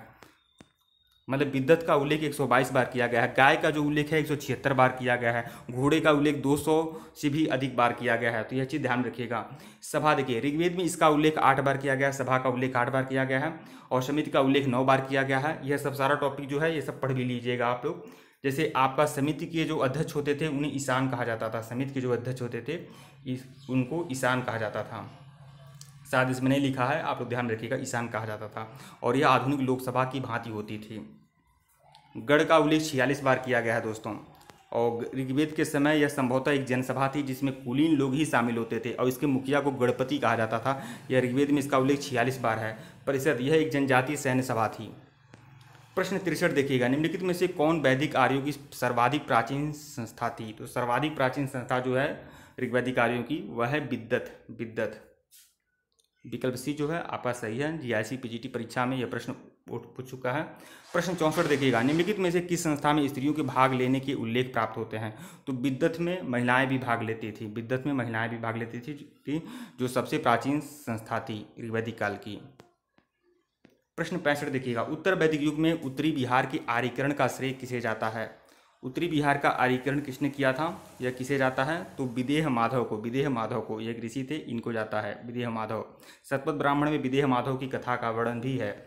उत्तर वैदिक काल में आर्यों के उत्तरी बिहार के आर्यीकरण का वर्णन शतपथ ब्राह्मण की विदेह माधव की कथा में मिलता है। इनके अनुसार विदेह माधव वैश्वानर अग्नि की मुख में धारण किया है, सब कुछ जलाता हुआ पूर्व दिशा की ओर बढ़ा और उसके पीछे पीछे उनका पुरोहित गौतम राहुगढ़ चला। वह सदा नीरा गंडक नदी का ही प्राचीन नाम था, सदा नीरा के तट तक पहुंच गया और यहीं पर आर्यों की पूर्वी सीमा निश्चित हो गई। मतलब आर्यों की जो पूर्वी सीमा थी वह गंडक नदी के तट तक थी। अन्य महत्वपूर्ण तथ्य भी देखिएगा, वैदिक काल में कुरु पांचाल मत्स्य को ब्रह्मर्षि देश कहा जाता था। ब्रह्मर्षि देश, गंगा और यमुना का जो दोआब था उसे ही ब्रह्मर्षि देश कहते थे और इसी में कुरु पांचाल मत्स्य आदि क्षेत्र थे। डॉक्टर राजवली पांडे कौशल काशी विदेह को आर्य संस्कृति की सीमा बताते हैं और इसे मध्य देश कहते हैं। प्रश्न 66 देखिएगा, उत्तर वैदिक काल में आर्यों को भारतीय भूगोल के किस अंश की जानकारी नहीं थी? किस अंश की जानकारी नहीं थी? तो कृष्णा नदी घाटी तक दक्षिण भारत की। आर्यों को भारतीय, यहाँ पर देखिए आर्य जो थे उत्तर वैदिक के काल के जो आर्य थे वो दोनों समुद्रों से परिचित थे, पश्चिमी और पूर्वी, मतलब बंगाल की खाड़ी और अरब सागर से परिचित थे। हिमालय के विभिन्न पर्वत शिखरों से भी परिचित थे, लेकिन संपूर्ण गंगा घाटी नदी घाटी से तो बिल्कुल परिचित थे, लेकिन कृष्णा नदी घाटी एवं दक्षिण भारत से भी परिचित नहीं थे उत्तर वैदिक काल के आर्य। और टीजीटी परीक्षा 2011 में यह पूछा गया प्रश्न है। प्रश्न 67 देखिएगा, निम्नलिखित में से कौन वैदिक समाज में प्रचलित नहीं था? वैदिक समाज में क्या प्रचलित नहीं था? तो वैदिक समाज में क्या प्रचलित नहीं था ये बताना है। तो यह तो आपका प्रचलित था, यह भी आपका प्रचलित था, बहुपत्निकता और प्रेम विवाह भी बिल्कुल था, गंधर्व विवाह होता था, लेकिन सती प्रथा का साक्ष्य नहीं मिलता है। टीजीटी परीक्षा 2002 में पूछा गया प्रश्न है। वैदिक समाज में सती प्रथा का प्रचलन नहीं था। भारतीय समाज में सती प्रथा का उद्भव प्राचीन काल से ही माना जाता है तथा इसका व्यापक रूप से प्रचलन पूर्व मध्यकाल में हुआ था। सती प्रथा का पहला अभिलेखी साक्ष्य जो मिलता है 510 के ईरण अभिलेख से प्राप्त होता है। आप जानते हैं भानुगुप्त का ईरण अभिलेख। 15वीं सदी में कश्मीर के शासक सिकंदर ने इस प्रथा को बंद करवाया था। सबसे पहले सिकंदर ने बंद करवाया था, जो 15वीं सदी में एक शासक था शाहमीर वंश का। मुगल शासक अकबर व पेशवाओं के अतिरिक्त पुर्तगाली गवर्नर अल्बुकर्क ने भी इस प्रथा को बंद करवाया था। फिर लॉर्ड कॉर्नवालिस ने भी इस प्रथा पर रोक लगाई थी। फिर लॉर्ड हेस्टिंग्स ने भी इस प्रथा पर रोक लगाई थी। अंतिम में लॉर्ड विलियम बेंटिक ने इसे पूरी तरह से खत्म कर दिया था राजा राम मोहन राय के प्रयास से। प्रश्न 68 देखिएगा, 10 राजाओं के युद्ध का विजय राजा सुदास निम्नलिखित में से किस जन से संबंधित था? तो राजा सुदास जो थे वह किस जन से संबंधित थे? तो त्रित्सु जन से थे, त्रित्सु जन से। टीजीटी परीक्षा 2002 में पूछा गया यह प्रश्न है। दशराज युद्ध यानी 10 राजाओं का युद्ध का उल्लेख ऋग्वेद के 7वें मंडल में मिलता है। ध्यान रखिएगा, बहुत ही इंपॉर्टेंट है। इस युद्ध में एक तरफ पुरु नामक आर्य कबीला और उनके सहयोगी जिनके सलाहकार ऋषि विश्वामित्र थे, दूसरी ओर भरत नाम का समुदाय था जिसके नेतृत्व त्रित्सु नामक कबीले के राजा सुदास कर रहे थे और जिनके प्रेरक ऋषि वशिष्ठ थे। दशराज युद्ध में सुदास विजयी होते हैं और कालांतर में भरतों और पुरुओं के बीच मैत्री हो जाती है और कुरु नाम का एक नया कुल बन जाता है। पुरु और भरत में मैत्री हो जाती है तो पुरु और भरत मिलकर एक नया जनपद बनाते हैं कुल, वो होता है कुरु। अगले प्रश्न पे आइएगा, प्रश्न संख्या 69। 10 राजाओं के युद्ध में भरतों का पुरोहित कौन था? तो भरतों का पुरोहित कौन था? तो राजा ऋषि वशिष्ठ थे। जीआईसी प्रवक्ता परीक्षा 2009 में पूछा गया यह प्रश्न है। 70 देखिएगा, प्रश्न संख्या 70। 10 राजाओं के विख्यात युद्ध में निम्नलिखित में से कौन विजयी हुआ था? तो कौन विजयी हुआ था? राजा सुदास। दशराज युद्ध पुरुषड़ी नदी के तट पर लड़ा गया था। पुरुषड़ी मतलब रावी नदी का आधुनिक नाम था, प्राचीन नाम था, जिसमें भरतों के राजा सुदास ने उन विरोधी जातियों को हराया जिसमें पुरुषड़ी नदी पर शिव, पक्त और उत्तर पश्चिम की सहयोगी जातियां आ मिली थीं। भरत जन के लोगों ने इस युद्ध के बाद निश्चित रूप से अपनी प्रधानता आर्य जनों के बीच स्थापित की थी। प्रश्न 71 देखिएगा, वैदिक काल में दार्शनिक वाद विवाद की एक कुशल वक्ता कौन थी? दार्शनिक वाद विवाद की एक कुशल वक्ता कौन थी? तो गार्गी थी, गार्गी। टीजीटी परीक्षा 2002 में पूछा गया यह प्रश्न है। वैदिक काल में गार्गी दार्शनिक वाद विवादों की एक कुशल वक्ता थी। इनका वर्णन बृहदारण्यक उपनिषद में मिलता है। याज्ञवल्क्य और गार्गी का जो संवाद मिलता है वह बृहदारण्यक उपनिषद में है। महर्षि याज्ञवल्क्य की 2 पत्नियां थीं, एक मैत्रेयी और कात्यायनी। ऋग्वेद में लोपामुद्रा, घोषा, अपाला, सिक्ता, विश्वारा जैसी विदुषी स्त्रियों का भी उल्लेख है। इन विदुषी स्त्रियों को ऋषि भी कहा जाता है। ये बहुत बड़ी विदुषी महिलाएं थीं। इन विदुषी स्त्रियों में अनेकों ने ऋचाओं की रचना की है। ऋचाएँ होती हैं जो ऋग्वेद में जो मंत्र होते थे उन्हें ऋचा कहते थे। लोपामुद्रा जो थीं वह अगस्त ऋषि की पत्नी थीं। प्रश्न 72 देखिएगा, निम्नलिखित विदुषी स्त्रियों में से किसका नाम ऋग्वेद में मिलता है? तो किसका नाम ऋग्वेद में मिलता है? किन विदुषी स्त्री का? तो अपाला का नाम जो है वह ऋग्वेद में मिलता है। अपाला का नाम, अपाला, घोषा, सिक्ता, लोपामुद्रा यह सभी ऋग्वेद में इन लोग का नाम मिलता है। जबकि यह गार्गी, मैत्रेयी और कात्यायनी जो हैं वो उत्तर वैदिक कालीन विदुषी महिलाएं हैं। प्रश्न 73, किस उपनिषद में याज्ञवल्क्य और मैत्रेयी का दार्शनिक संवाद स्थित है? याज्ञवल्क्य और मैत्रेयी का जो दार्शनिक संवाद है वह किस उपनिषद में है? तो बृहदारण्यक उपनिषद में। बृहदारण्यक उपनिषद में विकल्प ए जो है वह आपका सही है। बृहदारण्यक उपनिषद के दूसरे, तीसरे और चौथे अध्याय में याज्ञवल्क्य की दार्शनिक महत्ता एवं सिद्धांतों का परिचय प्राप्त होता है। इनमें से दूसरे अध्याय में याज्ञवल्क्य का अपनी ब्रह्मवादिनी पत्नी मैत्रेयी तत्वज्ञान पर संवाद प्राप्त होता है, जिसमें तीसरे अध्याय में विदेह देश के राजा जनक के दरबार में इसके द्वारा अनेकानेक तत्वज्ञानियों से हुए वाद विवाद की जानकारी दी गई है। राजा जनक के दरबार में जो वाद विवाद होता था, दार्शनिक वाद विवाद होता था, इसकी भी जानकारी दी गई है। प्रश्न 74 देखिएगा, आध्यात्मिक ज्ञान के विषय में नचिकेता और यम का संवाद किस उपनिषद में है? तो कठोपनिषद में है। ध्यान रखिएगा, सी। कठोपनिषद में यम और नचिकेता का संवाद उल्लिखित है, जिसमें आचार्य यम ने नचिकेता को उपदेश दिया है, न इस आत्मा का सभी जन्म होता है, न इसकी मृत्यु होती है, यह जन्मा नित्य शाश्वत है। कठोपनिषद कृष्ण यजुर्वेद का उपनिषद है। किसका उपनिषद है? कृष्ण यजुर्वेद का कठोपनिषद उपनिषद है। कृष्ण यजुर्वेद, कृष्ण यजुर्वेद और शुक्ल यजुर्वेद, तो कृष्ण यजुर्वेद और क दोनों जगह है, तो कठोपनिषद ध्यान रखिएगा। प्रश्न 75 देखिएगा, नचिकेता आख्यान किस उपनिषद में मिलता है? तो कठोपनिषद में मिलता है। विकल्प बी। जीआईसी प्रवक्ता परीक्षा 2009 में पूछा गया यह प्रश्न है। ठीक है दोस्तों, वीडियो को लाइक और चैनल को सब्सक्राइब करेगा। डिस्क्रिप्शन में लिंक टेलीग्राम का है, टेलीग्राम को बिल्कुल ज्वाइन करेगा। और जिन लोगों की शिकायत है कि वीडियो छोटा है, मैं बोलना चाहूँगा, अब अलग अलग टॉपिक पर वीडियो बन जाएगा। जैसे ही आपका प्रागैतिहासिक काल खत्म हो रहा है, एक मैं वीडियो बना दिया हूँ 1 घंटा 22 मिनट का है, वैसे सिंधु घाटी सभ्यता का भी मास्टर वीडियो बन जाएगा। फिर आपका जैसे ही एक टॉपिक खत्म हो जाएगा मर्ज करके एक वीडियो बना दूंगा और उसकी अलग अलग प्लेलिस्ट बना दूंगा, घटनाचक्र, TGT, PGT, NET, history, topic to topic ऐसे करके बना दूंगा। आप लोग जाकर देखिएगा, जो आप लोग को मन करे वो देखिएगा। ठीक है दोस्तों, वीडियो को लाइक और चैनल को सब्सक्राइब करिएगा। धन्यवाद आप लोग को। नमस्कार दोस्तों, पीसीएस पाठशाला में आप सभी का स्वागत है। Ghatnachakra, TGT, PGT, NET, history की यह 19वीं सीरीज है दोस्तों। अगर इसके पहले का वीडियो अगर आप लोगों ने नहीं देखा है तो प्लेलिस्ट में जाइएगा, Ghatnachakra, TGT, PGT, NET, history के नाम से प्लेलिस्ट बना दी गई है। 5500 वन लाइनर क्वेश्चन का रामबाण पर पीडीएफ डिस्क्रिप्शन में है, लिंक डिस्क्रिप्शन में दिया गया है, आप लोग डाउनलोड कर सकते हैं। अगर असुविधा होती है डाउनलोड करने में तो हमारे व्हाट्सअप पर मैसेज कर सकते हैं। हमारा व्हाट्सअप नंबर जो है डिस्क्रिप्शन में दिया गया है। देखिए दोस्तों, जो भी मटेरियल है चार्जेबल है और जो भी मटेरियल है बेहतरीन है, तो जो लोग सीरियस होंगे बस वही लोग मैसेज करेंगे। वैसे मैसेज करने की आवश्यकता नहीं पड़ेगी, आप लोग डाउनलोड कर सकते हैं, लिंक दिया गया है डिस्क्रिप्शन में। अगर असुविधा होती है तभी आप मैसेज कर सकते हैं। एक बात और कहना चाहूँगा आप सभी लोगों से, कुछ लोगों को दिक्कत है कि छोटे छोटे वीडियो डाले जा रहे हैं 10-10, 15-15 मिनट के। कुछ लोगों को यह कहना है कि 1 घंटे से ऊपर का वीडियो हो, और बहुत सारे लोग ऐसे कह रहे हैं। तो देखिए दोस्तों, मैं टॉपिक टू टॉपिक एक प्लेलिस्ट बना दूंगा। जैसे आपका वैदिक काल चल रहा है तो वैदिक काल का जैसे ही कंप्लीट होगा एक मास्टर वीडियो वैदिक काल का मिल जाएगा, सिंधु घाटी सभ्यता का मिल जाएगा, प्रागैतिहासिक काल का मिल जाएगा। इस तरह से एक अलग प्लेलिस्ट भी बना दी जाएगी, तो आप लोग प्लेलिस्ट को भी फॉलो करते रहिएगा। बाकी जो 10 मिनट का 15 मिनट का जो भी वीडियो चल रहा है इसको आप लोग बिल्कुल देखते रहें। देखिए प्रश्न 76 देखिएगा, यम और नचिकेता की कथा किस ग्रंथ में उल्लेखित है? तो यम और नचिकेता का जो वर्णन है यह किस में है? तो यह कठोपनिषद में है, कठोपनिषद में। और कठोपनिषद किसका भाग है? यह आपका कृष्ण यजुर्वेद का भाग है। पीजीटी परीक्षा 2011 में पूछा गया यह प्रश्न है। प्रश्न 77 देखिएगा, ऋग्वेद के किस देवता को असुर उपाधि दी गई है? तो वरुण को असुर उपाधि दी गई है। प्रश्न 78 देखिएगा, देखिए इसकी व्याख्या देख लेते हैं। ऋग्वैदिक आर्यों का प्रारंभिक जीवन कबायली था, अतः उनके देवता भी प्राकृतिक शक्तियों के प्रतीक थे। यास्क ने अपने ग्रंथ निरुक्त में ऋग्वैदिक देवताओं की मंडली बनाई है। इनकी संख्या 33 है। इन्हें आकाश, अंतरिक्ष और पृथ्वी के देवता के रूप में विभाजित किया गया है। देखिए आकाश, अंतरिक्ष और पृथ्वी के देवता के रूप में विभाजित किया गया है। कौन सा ऐसा देवता है जो तीनों में आते हैं? तो वह है अग्नि। ऋग्वेद मंडल का तीसरा प्रमुख देवता कौन है? वरुण है। इंद्र और अग्नि के बाद वरुण तीसरे प्रमुख देवता हैं। इन्हें ऋतस्व गोपा भी कहा गया है, तो यह चीज़ ध्यान रखिएगा आप लोग। बाकी जो छूट जा रहा है, जैसे मैं नहीं बोल पा रहा हूँ, आप लोग पढ़ भी सकते हैं अपने हिसाब से। वरुण को ईरानी ग्रंथों में अहुर मजदा कहा गया है। ऋग्वैदिक कार्यों का सबसे महत्वपूर्ण प्रतापी देवता कौन था? इंद्र है। इंद्र हैं, देखिए यहाँ पर थोड़ा सा इंद्र हैं लिख देना चाहिए।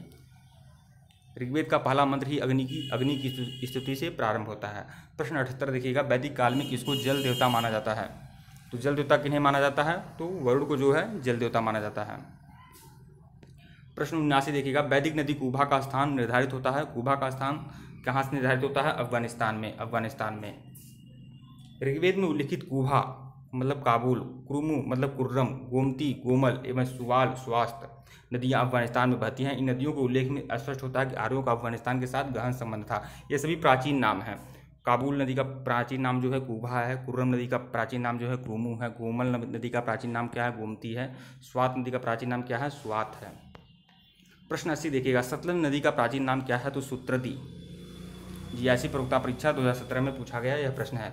ऋग्वेद में सप्त सैंधव प्रदेश को 7 नदियों का उल्लेख मिलता है। ये नदियां हैं सरस्वती, विपाशा, पुष्कड़ी, वितस्ता, सिंधु, सुत्रदी और अश्किनी। सतलज नदी का प्राचीन नाम क्या है? सुत्रदी है। अश्किनी किसका नया नाम है? तो चिनाब नदी का प्राचीन नाम जो था वह अश्किनी था। बाकी वितस्ता का झेलम, पुष्कड़ी, रावी, यह सब आप लोग जानते ही हैं। प्रश्न 81 देखिएगा, वैदिक काल में चिनाब नदी को किस नाम से जाना जाता है? तो अश्किनी के नाम से जाता है। एनबीएस पीजीटी परीक्षा 2019 में पूछा गया यह प्रश्न है। वैदिक काल में चिनाब नदी को अश्किनी के नाम से जाना जाता है, जबकि रावी नदी को पुरुषड़ी, सतलज नदी को सुत्रदी और झेलम को वितस्ता के नाम से भी जानते हैं। प्रश्न 82 देखिएगा, निम्नलिखित में से कौन पूर्व वैदिक काल में विनिमय का लोकप्रिय माध्यम था? तो विनिमय का लोकप्रिय माध्यम क्या था पूर्व वैदिक काल में? तो गाय। टीजीटी परीक्षा 2002 में पूछा गया यह प्रश्न है। ऋग्वैदिक आर्यों का प्रारंभिक जीवन अस्थायी था, अतः उनके जीवन में कृषि की अपेक्षा पशुपालन का अधिक महत्व था। पशुओं में गाय की सर्वाधिक महत्ता थी। गाय की गणना संपत्ति में की जाती थी। व्यापार वस्तु विनिमय पर आधारित था। गाय वस्तु विनिमय का एक लोकप्रिय माध्यम भी थी। प्रश्न 83 देखिएगा, निष्क निम्नलिखित में से किस काल में विनिमय के एक माध्यम के रूप में जाना जाता था? तो वैदिक काल में निष्क को विनिमय का माध्यम भी जाना जाता था। निष्क एक आभूषण भी होता था जो गले में पहना जाता था। टीजीटी परीक्षा 2016 में पूछा गया यह प्रश्न है।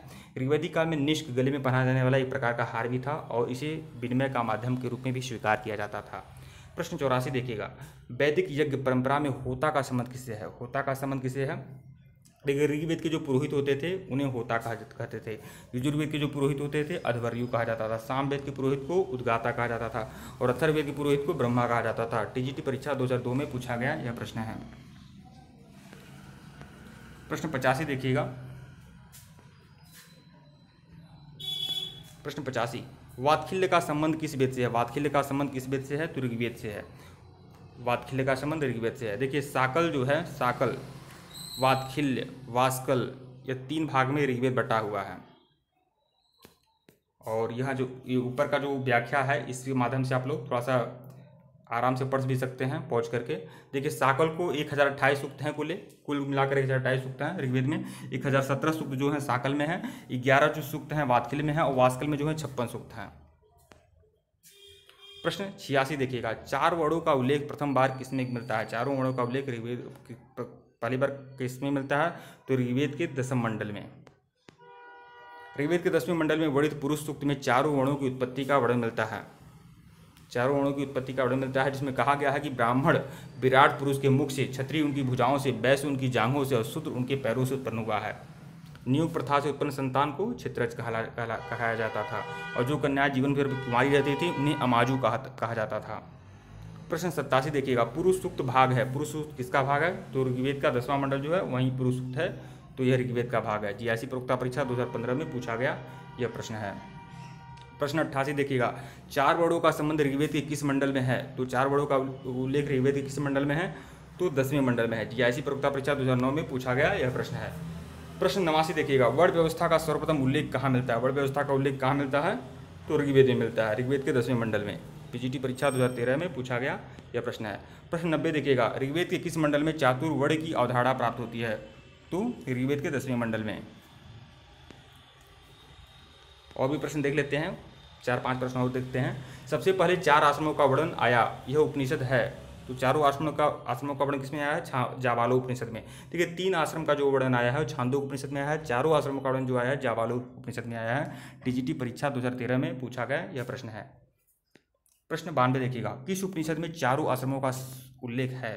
तो यह जाबाल उपनिषद में है। पीजीटी परीक्षा 2016 में प्रश्न यह पूछा जा चुका है। पूर्व वैदिक आर्यों का मुख्य व्यवसाय क्या था? पूर्व वैदिक आर्यों का मुख्य व्यवसाय क्या था? कृषि, व्यापार, वाणिज्य एवं पशुपालन। तो पशुपालन ही पूर्व वैदिक आर्यों का मुख्य व्यवसाय था, पशुपालन। और उत्तर वैदिक काल में वह अस्थायी रूप से थोड़ा बस गए थे, तो वह कृषि कार्य भी करने लगे। लेकिन पूर्व वैदिक काल में आर्यों का मुख्य व्यवसाय क्या था? पशुपालन था। प्रश्न 94 देखिएगा। देखिए गाय का उल्लेख ऋग्वेद में है 176 बार, ध्यान रखिएगा। प्रश्न 94, निम्नलिखित में से वैदिक धर्म में कौन शामिल नहीं था? तो प्रकृति पूजा, मंत्रोच्चारण, यज्ञ आदि था, लेकिन मूर्ति पूजा आदि वैदिक काल में नहीं होती थी। तो विकल्प सी जो है वह सही है। वैदिक आर्यों का धर्म मुख्यतः प्रकृति पूजा, मंत्रोच्चारण, यज्ञ पर आधारित था। इस काल में मूर्ति पूजा का प्रचलन नहीं था। प्रश्न 95 देखिएगा। ऋग्वेद में उल्लिखित पड़ी संबंधित है। पड़ी किससे संबंधित है? व्यापार से संबंधित है। विकल्प बी। पीजीटी परीक्षा 2002 में पूछा गया यह प्रश्न है। ऋग्वेद में उल्लिखित पड़ी व्यापार वाणिज्य से संबंधित था। ये लोग पशुओं की चोरी करने के लिए कुख्यात थे। पड़ी एक प्रकार के व्यापारी होते थे जो पशुओं की चोरी करते थे। ऋग्वेद में एक अन्य प्रकार के व्यापारी भृगु का उल्लेख है जो दानशील होते थे। ये बढ़िया व्यापारी होते थे जो दानशील होते थे। ऋग्वेद में बढ़ई, रथकार, बुनकर, चर्मकार, कुम्हार आदि शिल्पियों का भी उल्लेख मिलता है। ऋग्वेद में बढ़ई के लिए तक्षण और धातुकर्मी के लिए कर्मार शब्द का प्रयोग मिलता है। तांबे और कांसे के अर्थ में अयस शब्द प्रयोग होता था। अयस को क्या कहा जाता था? तांबा और कांसा को अयस कहा जाता था। सोना के लिए हिरण्य शब्द प्रयोग किया गया है। सिंधु नदी के लिए हिरण्यी शब्द का प्रयोग मिलता है क्योंकि सिंधु नदी में सोना प्राप्त किया जाता था, तो सिंधु नदी को हिरण्यी कहा गया है। प्रश्न 96 देखिएगा। ऋग्वेद काल में निष्क अलंकरण है। निष्क किसका अलंकरण है? गले का। बताया हूँ, विकल्प डी। ऋग्वेदिक काल में निष्क एक आभूषण है जो गले में पहना जाता था। देखिए ऋग्वेदिक काल में 3 प्रकार के वस्त्र भी प्रचलित थे। नेवी, वास और अधिवास। नेवी जो होता था अंतः वस्त्र होता था। वास जो होता था शरीर के मध्य भाग में पहना जाता था। और अधिवास जो होता था शरीर को ऊपर से ढकने वाला वस्त्र होता था, जैसे शाल, चादर आदि होते हैं। प्रश्न 97 देखिएगा। वैदिक काल में निष्क क्या था? निष्क क्या था? एक प्रकार का आभूषण था जो गले में पहना जाता था और कभी कभी उससे वस्तु विनिमय का काम भी ले लिया जाता था। प्रश्न 98 देखिएगा। ऋग्वेद काल में निष्क किस अंग का भाग था? तो गला का भाग था। बी। पीजीटी परीक्षा 2013 में पूछा गया प्रश्न है। उत्तर वैदिक काल में पांचाल का प्रसिद्ध दार्शनिक क्या था? पांचाल का जो प्रसिद्ध दार्शनिक शासक था वह था प्रवाहण जबाली। टीजीटी परीक्षा 2002 में पूछा गया यह प्रश्न है। उत्तर वैदिक काल में पांचाल का प्रसिद्ध दार्शनिक शासक प्रवाह जबाली था। उत्तर वैदिक काल में पांचाल सर्वाधिक विकसित राजा था। शतपथ ब्राह्मण में उन्हें वैदिक सभ्यता का सर्वश्रेष्ठ प्रतिनिधि कहा गया है। उत्तर वैदिक काल में अनेक राजा ऐसे हुए जो ब्रह्म ज्ञान एवं आध्यात्मिक जिंद से भी जुड़े हुए थे, जैसे विदेह के राजा जनक, कैकेयी के राजा अश्वपति और काशी के राजा अजातशत्रु। यह लोग दार्शनिक भी थे। प्रश्न 100 देखिएगा, इस सीरीज का सबसे आखिरी प्रश्न। निम्नलिखित में से कौन उपनिषदों में उल्लिखित कैकेय जनपद का एक दार्शनिक शासक था? तो अश्वपति जो थे वह कैकेय जनपद के एक दार्शनिक शासक थे, कैकेय। और यह पीजीटी परीक्षा 2016, जीआईसी प्रवक्ता परीक्षा 2012 में पूछा गया प्रश्न है। ठीक है दोस्तों, वीडियो को लाइक और चैनल को सब्सक्राइब करिएगा। डिस्क्रिप्शन में लिंक टेलीग्राम को बिल्कुल ज्वाइन करिएगा। धन्यवाद आप लोग को। नमस्कार दोस्तों, पीसीएस पाठशाला में आप सभी का स्वागत है। घटना चक्र टीजीटी पीजीटी नेट हिस्ट्री की सीरीज चल रही है और यह आपका 20वां भाग है। इसके पहले का भाग अगर आप लोगों ने नहीं देखा है तो प्लेलिस्ट में जाइएगा। घटना चक्र टीजीटी पीजीटी नेट हिस्ट्री के नाम से प्लेलिस्ट बनी हुई है। एक जानकारी और देना चाहूँगा आप सभी लोगों को। बहुत सारे लोगों का शिकायत है कि जो वीडियो बनाए जा रहे हैं बहुत छोटे छोटे हैं, 15-20 क्वेश्चन का है और इसको कम से कम 1 घंटे से ऊपर का वीडियो हो तो अच्छा लगेगा। तो देखिए दोस्तों, मैं आप लोग को जानकारी बता दूं, जैसे ही एक सीरीज आपकी कंप्लीट हो जा रही है, जैसे मैं प्रागैतिहासिक काल में कंप्लीट कर दिया हूं, सिंधु घाटी सभ्यता भी कंप्लीट कर दिया हूं, तो जैसे ही एक टॉपिक आपकी कंप्लीट हो जा रही है तो उसका एक मास्टर वीडियो बना दिया जा रहा है।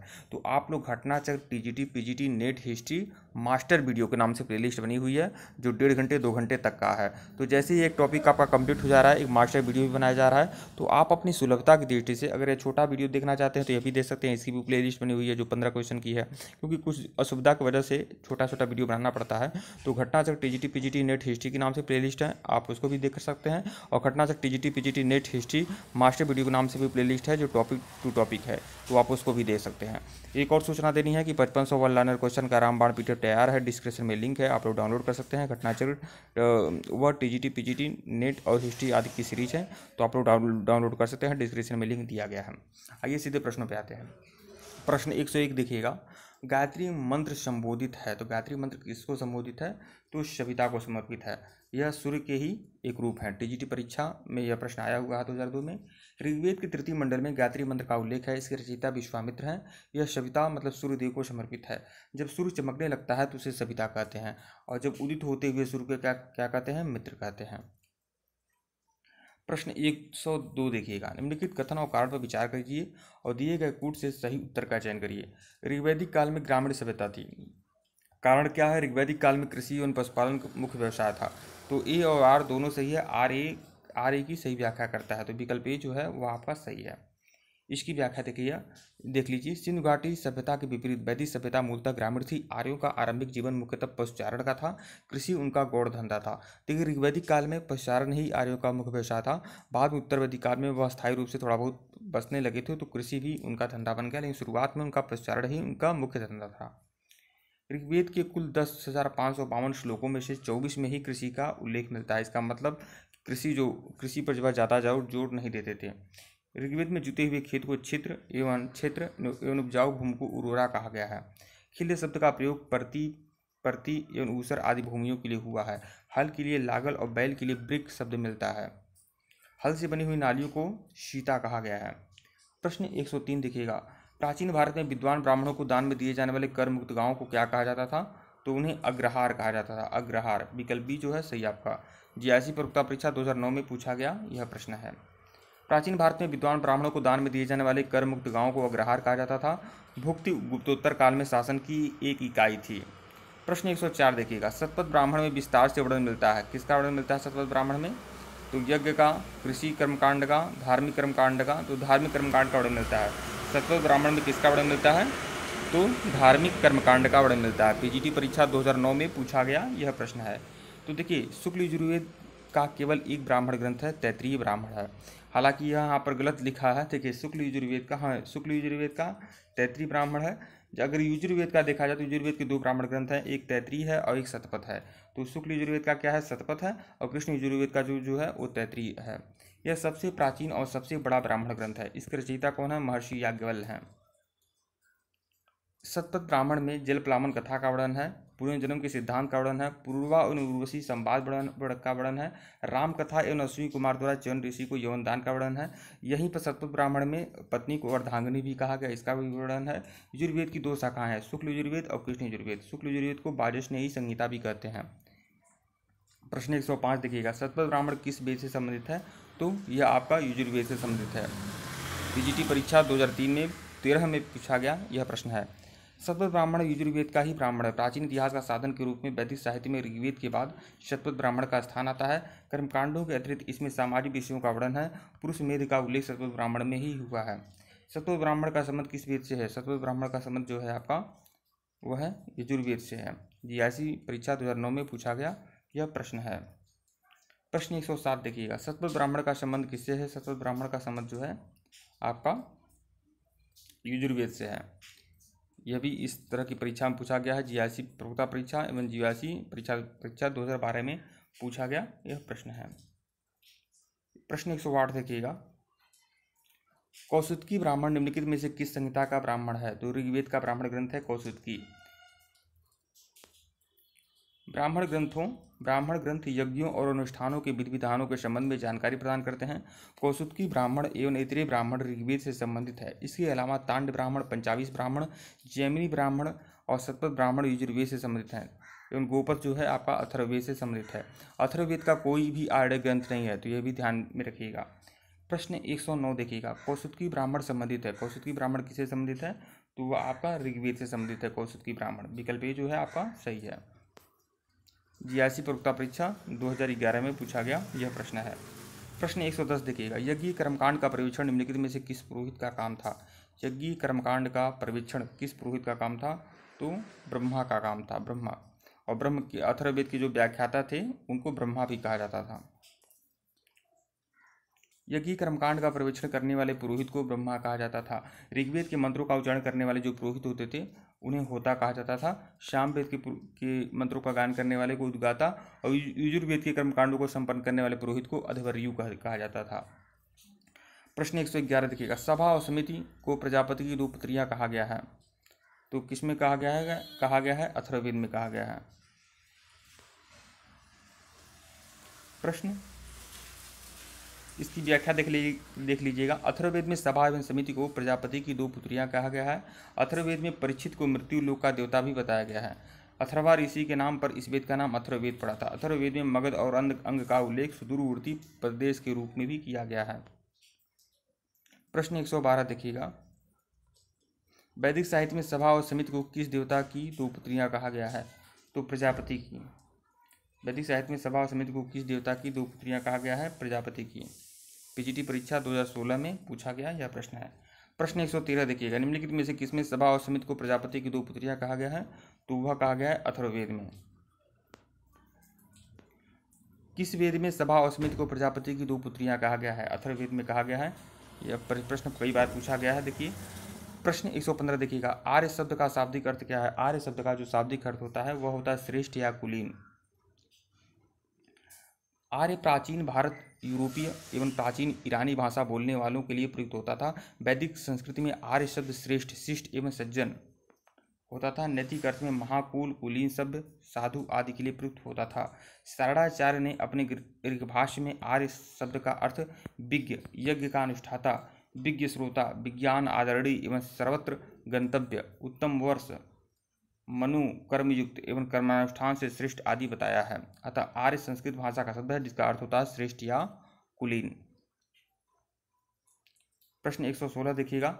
ऋग्वैदिक आर्यों की भाषा क्या थी? ऋग्वैदिक आर्यों की जो भाषा थी वह थी आपकी संस्कृत। ऋग्वैदिक आर्यों की भाषा संस्कृत थी। वेद संस्कृत भाषा में लिखे गए हैं। आर्यों ने अनार्यों को अनासह मतलब बिना नाक वाला, मृदु वाक आर्य भाषा न बोलने वाला, देवपीयु देवताओं का निंदक, अकर्मण मतलब कर्मकांड न करने वाला, अव्रत वैदिक व्रतों का पालन न करने वाला, पाणिनि, पतंजलि एवं कात्यायन को मुनित्रय कहा गया है।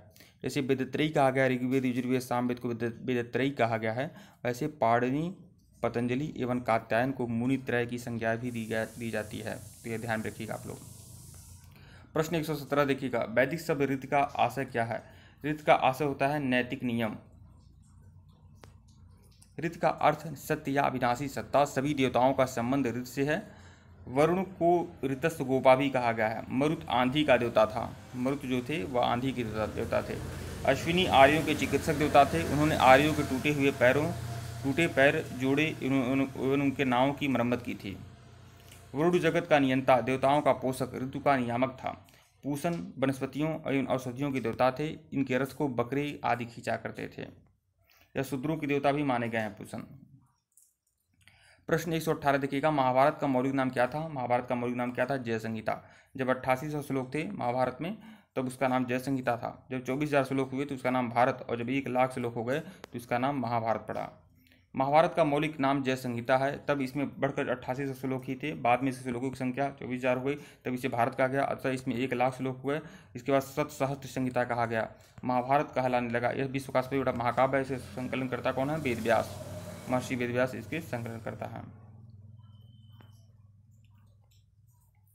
महाभारत में वेदव्यास ने लिखा है कि जो इस ग्रंथ में है वह अन्य जगह भी है, जो इसमें नहीं है वह कहीं भी नहीं है। यह प्रश्न कई बार परीक्षा में पूछता रहता है। मतलब महाभारत इतना विशाल है कि जो भी कुछ है तो वह यह सब इसी में है, ऐसा वेदव्यास ने लिखा है। कल्हड़ ने राजतरंगिणी की रचना की थी। भारवी ने किरातना जूनियम की रचना की थी। भारत प्रश्न 119 देखिएगा। भारत में आगमन के बाद आर्यों ने सर्वप्रथम अपना निवास स्थान कहाँ बनाया? मतलब आर्यों का जब आगमन हुआ तो आर्यों ने अपना निवास स्थान सबसे पहले कहाँ बनाया था? सप्त सैंधव प्रदेश में बनाया था। पीजीटी परीक्षा 2010 में पूछा गया यह प्रश्न है। सिंधु सभ्यता के विनाशक आर्य किस प्रदेश के निवासी थे? एक अत्यंत विवादग्रस्त प्रश्न है।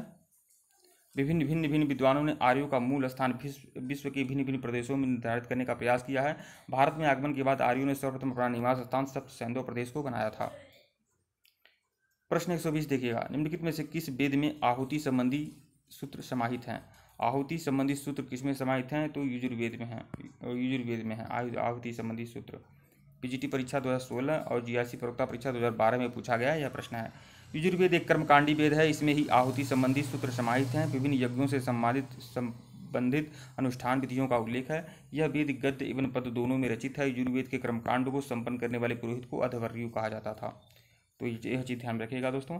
ठीक है दोस्तों, वीडियो को लाइक और चैनल को सब्सक्राइब करिएगा। डिस्क्रिप्शन में लिंक टेलीग्राम का, टेलीग्राम को बिल्कुल ज्वाइन करिएगा। और मैं फिर बता दे रहा हूँ, जिनको दिक्कत है कि छोटा छोटा वीडियो बन रहा है, हालांकि ये भी छोटा नहीं है, मैं 20-20 क्वेश्चन का बना रहा हूँ, ऐसी बात नहीं है। पहले 15 क्वेश्चन बनाता था, 20-20 क्वेश्चन का बनाने का प्रयास कर रहा हूँ, लेकिन अब पूरा का पूरा वीडियो एक में डालना उचित नहीं रहता है। तो देखिए दोस्तों, एक साथ पूरा वीडियो 1 घंटे 1.5 घंटे का बनाना उचित नहीं रहता, तो वही मैं बोल रहा हूँ। जैसे ही एक टॉपिक आपकी कंप्लीट हो जाएगी, आपको एक मास्टर वीडियो मिल जाएगा। जैसे प्रागैतिहासिक काल का मास्टर वीडियो मिल चुका है आपका, उसके बाद सिंधु घाटी सभ्यता का मिल चुका है। वैसे ही आपका वैदिक काल जैसे ही कंप्लीट होता है, एक मास्टर वीडियो दे दूंगा। घटना से TGT PGT NET history master video नाम से प्लेलिस्ट बनी हुई है। धन्यवाद आप लोग को। नमस्कार दोस्तों, पीसीएस पाठशाला में आप सभी का स्वागत है। घटना चक्र टीजीटी पीजीटी नेट हिस्ट्री की सीरीज चल रही है और यह आपकी 21वीं सीरीज है। अगर इसके पहले का वीडियो अगर आप लोगों ने नहीं देखा है तो प्लेलिस्ट में जाइएगा। घटना चक्र टीजीटी पीजीटी नेट हिस्ट्री के नाम से प्लेलिस्ट बनी हुई है। कुछ लोगों की शिकायत है कि वीडियो बहुत छोटे छोटे आ रहे हैं, इसलिए मैं आप लोगों को बताना चाहूँगा कि अब जो भी एक सीरीज आपकी जैसे ही एक सीरीज कंप्लीट हो जाएगी, उसके बाद एक मास्टर वीडियो आप लोग को बना दिया जाएगा। जैसे प्रागैतिहासिक काल का मास्टर वीडियो बन चुका है, सिंधु घाटी सभ्यता का मास्टर वीडियो बन चुका है, आपका वैदिक काल खत्म हो जाएगा, उसका भी मास्टर वीडियो बन जाएगा जो 1 से 1.5 घंटा 2 घंटे का होगा, तो उसकी भी एक अलग प्लेलिस्ट बना दी जाएगी और बना दी भी गई है। घटना चक्र TGT PGT NET history master video के नाम से प्लेलिस्ट बनी हुई है, वहाँ पर भी आप लोग देख सकते हैं। तो जैसी आपकी इच्छा है वो आप लोग देख सकते हैं। और यह जो सीरीज है बहुत ही इंपॉर्टेंट है। 5500 वन-लाइनर क्वेश्चन का रामबाण पीडीएफ डिस्क्रिप्शन में लिंक है, डाउनलोड कर लीजिएगा। वह टीजीटी पीजीटी नेट आदि के लिए बहुत ही इंपॉर्टेंट पीडीएफ है, तो आप लोग डाउनलोड कर लीजिएगा। अगर डाउनलोड करने में सुविधा होती है तो हमारे व्हाट्सएप पर मैसेज कर सकते हैं। व्हाट्सएप नंबर डिस्क्रिप्शन में दिया गया है, आप मैसेज ही करिएगा, कॉल बिल्कुल मत करिएगा। जो भी मटेरियल है दोस्तों चार्जेबल है। आइए सीधे प्रश्न पे आते हैं। प्रश्न 121 देखिएगा, निम्नलिखित में से कौन सा कर्मकांडी वेद है? कर्मकांडी वेद कौन सा है? तो यजुर्वेद जो है यह आपका कर्मकांडी वेद है। टीजीटी परीक्षा 2016 में पूछा गया यह प्रश्न है। प्रश्न 122 देखिएगा, यजुर्वेद के मंत्रों से देवताओं का आह्वान करने वाले को क्या कहा जाता था? तो उन्हें अध्वर्यु कहा जाता था। अध्वर्यु तो ऑप्शन में है ही नहीं है, तो विकल्प सी जो है वो आपका सही होना चाहिए। यहीं पर स्टार है बना हुआ है। यजुर्वेद के कर्मकांडों का संपन्न करने वाले पुरोहित को अध्वर्यु कहा जाता था। प्रश्न 123 देखिएगा, ऋग्वेद में कौन से वैदिक देवता सहस्त्र स्तंभों वाले भवन में निवास करते थे? तो मित्र और वरुण जो थे वह सहस्त्र स्तंभों वाले भवन में निवास करते थे। इंद्र और अग्नि भी होना चाहिए, हालांकि यह थोड़ा बहुत गलत लग रहा है, इंद्र और अग्नि भी हो सकते हैं। ऋग्वैदिक देवताओं में तीसरा स्थान वरुण का है। वे राजा और ब्रह्मांड के सम्राट हैं। स्वर्ग में स्वर्ग प्रसाद में निवास करते हैं। इस प्रसाद में 1000 स्तंभ व 1000 दरवाजे हैं। वह अपने गुप्तचर हर जगह भेजते हैं और अपने प्राकृतिक घटनाओं को नियंत्रित करते हैं। सूर्य उदित होने वाले सूर्य को मित्र कहते हैं तथा उषा सूर्य निकलने की जो पूर्व बेला होती है उसे उषा कहते हैं। ऋग्वेद के 3 सूक्तों में रुद्र का वर्णन है। देखिए रुद्र का वर्णन 3 सूक्तों में ही है, जबकि 250 सूक्तों में इंद्र का, 200 सूक्तों में अग्नि का आदि वर्णन है। प्रश्न 124 देखिएगा, किस वेद में दवाओं का विवरण दिया गया है? दवाओं का विवरण किस में है? अथर्ववेद में। अथर्ववेद में और जो आयुर्वेदिक दवाएं हैं उनका विवरण दिया गया है अथर्ववेद में। तो पीजीटी परीक्षा 2016 में यह भी प्रश्न पूछा गया है। अथर्ववेद में वशीकरण, जादू टोना, मरण, भूत प्रेत आदि के मंत्र तथा नाना प्रकार के औषधियों का वर्णन है। इसमें जन असाधारण के लोकप्रिय विश्वासों और अंधविश्वासों का वर्णन है। इसकी अधिकांश ऋचाएँ दुरात्माओं या प्रेतात्माओं से मुक्ति का मार्ग बताती हैं। अन्य महत्वपूर्ण तथ्य भी देखिएगा, अग्नि एकमात्र ऐसे देवता है जो आकाश, अंतरिक्ष, पृथ्वी तीनों में शामिल किए जाते हैं। अथर्ववेद का एकमात्र ब्राह्मण ग्रंथ क्या है? गोपथ। अथर्ववेद का कोई भी आर्य ग्रंथ नहीं है। प्रश्न मुंडक और मांडुक्य ये तीनों ही अथर्ववेद के उपनिषद हैं। ऋग्वेद में लोहा और चांदी का कोई उल्लेख नहीं है। देखिए ऋग्वेद में लोहा का उल्लेख नहीं है, चांदी का उल्लेख नहीं है, मछली का उल्लेख नहीं है, नमक का उल्लेख नहीं है और चावल का भी उल्लेख नहीं है। तो यह सब देख लीजिएगा। प्रश्न 125 देखिएगा, छांदोग्य उपनिषद का संबंध किस वेद संहिता में है? छांदोग्य उपनिषद का संबंध किस वेद संहिता से है? तो सामवेद से है। प्रश्न 126, इसका आप व्याख्या देख लीजिएगा। सामवेद के 2 उपनिषद हैं, छांदोग्य एवं जैमिनीय। छांदोग्य उपनिषद को सबसे प्राचीन उपनिषद माना जाता है। देवकी पुत्र कृष्ण का सर्वप्रथम वर्णन इसी छांदोग्य उपनिषद में ही है। ऐतरेय ब्राह्मण में सोम यज्ञ का विस्तृत वर्णन एवं सुनह शेष आख्यान है। बृहदारण्यक उपनिषद में याज्ञवल्क्य एवं गार्गी का प्रसिद्ध संवाद है। कठोपनिषद में यम और नचिकेता का संवाद है। अथर्ववेद में सभा और समित को प्रजापति की 2 पुत्रियां कहा गया है। प्रश्न 126 देखिएगा, उपनिषदों का प्रतिपाद्य विषय क्या है? तो उपनिषदों का जो प्रतिपाद्य विषय है वह है आपका दर्शन, दार्शनिक विवेचन। विकल्प डी जो है सही है आपका। वैदिक साहित्य का अंतिम भाग उपनिषद है, जिसे वेदांत भी कहते हैं। उपनिषद का अर्थ शिष्य द्वारा ज्ञान प्राप्ति हेतु गुरु के समीप बैठना है। उपनिषद वह साहित्य है जिसमें रहस्यात्मक ज्ञान एवं सिद्धांत का संकलन है। यह पूर्णतया दार्शनिक ग्रंथ है। इसका मुख्य ध्येय ज्ञान की खोज है। शंकराचार्य ने केवल 10 उपनिषदों पर अपना भाष्य लिखा था। सतपथ ब्राह्मण में जल प्लावन कथा, पुनर्जन्म का सिद्धांत, पूर्वा और ऋषि आख्यान, राम कथा एवं अश्विनी कुमार आदि का वर्णन भी आदि इसी में है। मुंडकोपनिषद में सत्यमेव जयते एवं यज्ञों को टूटी फूटी नौका से के समान कहा गया है मुंडकोपनिषद में। प्रश्न 127 देखिएगा, उपनिषदों की विषय वस्तु क्या है? तो उपनिषदों की विषय वस्तु जो है वह है दर्शन। विकल्प ए जो है वह आपका सही है। प्रश्न 128 देखिएगा, निम्नलिखित में से कौन प्रस्थान त्रयी में शामिल नहीं है? प्रस्थान त्रयी में कौन शामिल नहीं है ये बताना है। तो प्रस्थान त्रयी में भगवद गीता, ब्रह्मसूत्र, उपनिषद आदि शामिल हैं, लेकिन आपका भगवत नहीं है। टीजीटी परीक्षा 2013 में यह प्रश्न आपका पूछ चुका है। प्रश्न 129 देखिएगा, प्रश्न 129, ऋग्वेद संहिता की रचना किस वेद से हुई है? ऋग्वेद संहिता की रचना जो है किस क्षेत्र से हुई है? तो सप्त सैंधव क्षेत्र से हुई है, क्योंकि आर्य सबसे पहले सप्त सैंधव क्षेत्र में ही आकर बसे थे। ऋग्वेद संहिता का रचना सप्त सैंधव प्रदेश से हुई है। इसमें कुल 10 मंडल, 1028 सूक्त और 10,552 मंत्र हैं। यह संख्या कभी कभी उल्टा सीधा, कभी कभी 10,462 रहता है, कभी 10,552 रहता है, तो यह ध्यान रखिएगा। 10,500 कुल मिलाकर आप समझिए। सतपथ ब्राह्मण में विदेह माधव की कथा का उल्लेख मिलता है। इसमें रेवा नदी का भी उल्लेख मिलता है। रेवा जो है नर्मदा नदी का प्राचीन नाम था, रेवा। ऋग्वेद के नदी सूक्त में 21 नदियों का उल्लेख है। नदी सूक्त जो है यह पुरुष सूक्त में ही नदी सूक्त है, और ऋग्वेद के 10वें मंडल के पुरुष सूक्त में नदी सूक्त है, जिसमें 21 नदियों का उल्लेख है। 21 नदियों का उल्लेख है।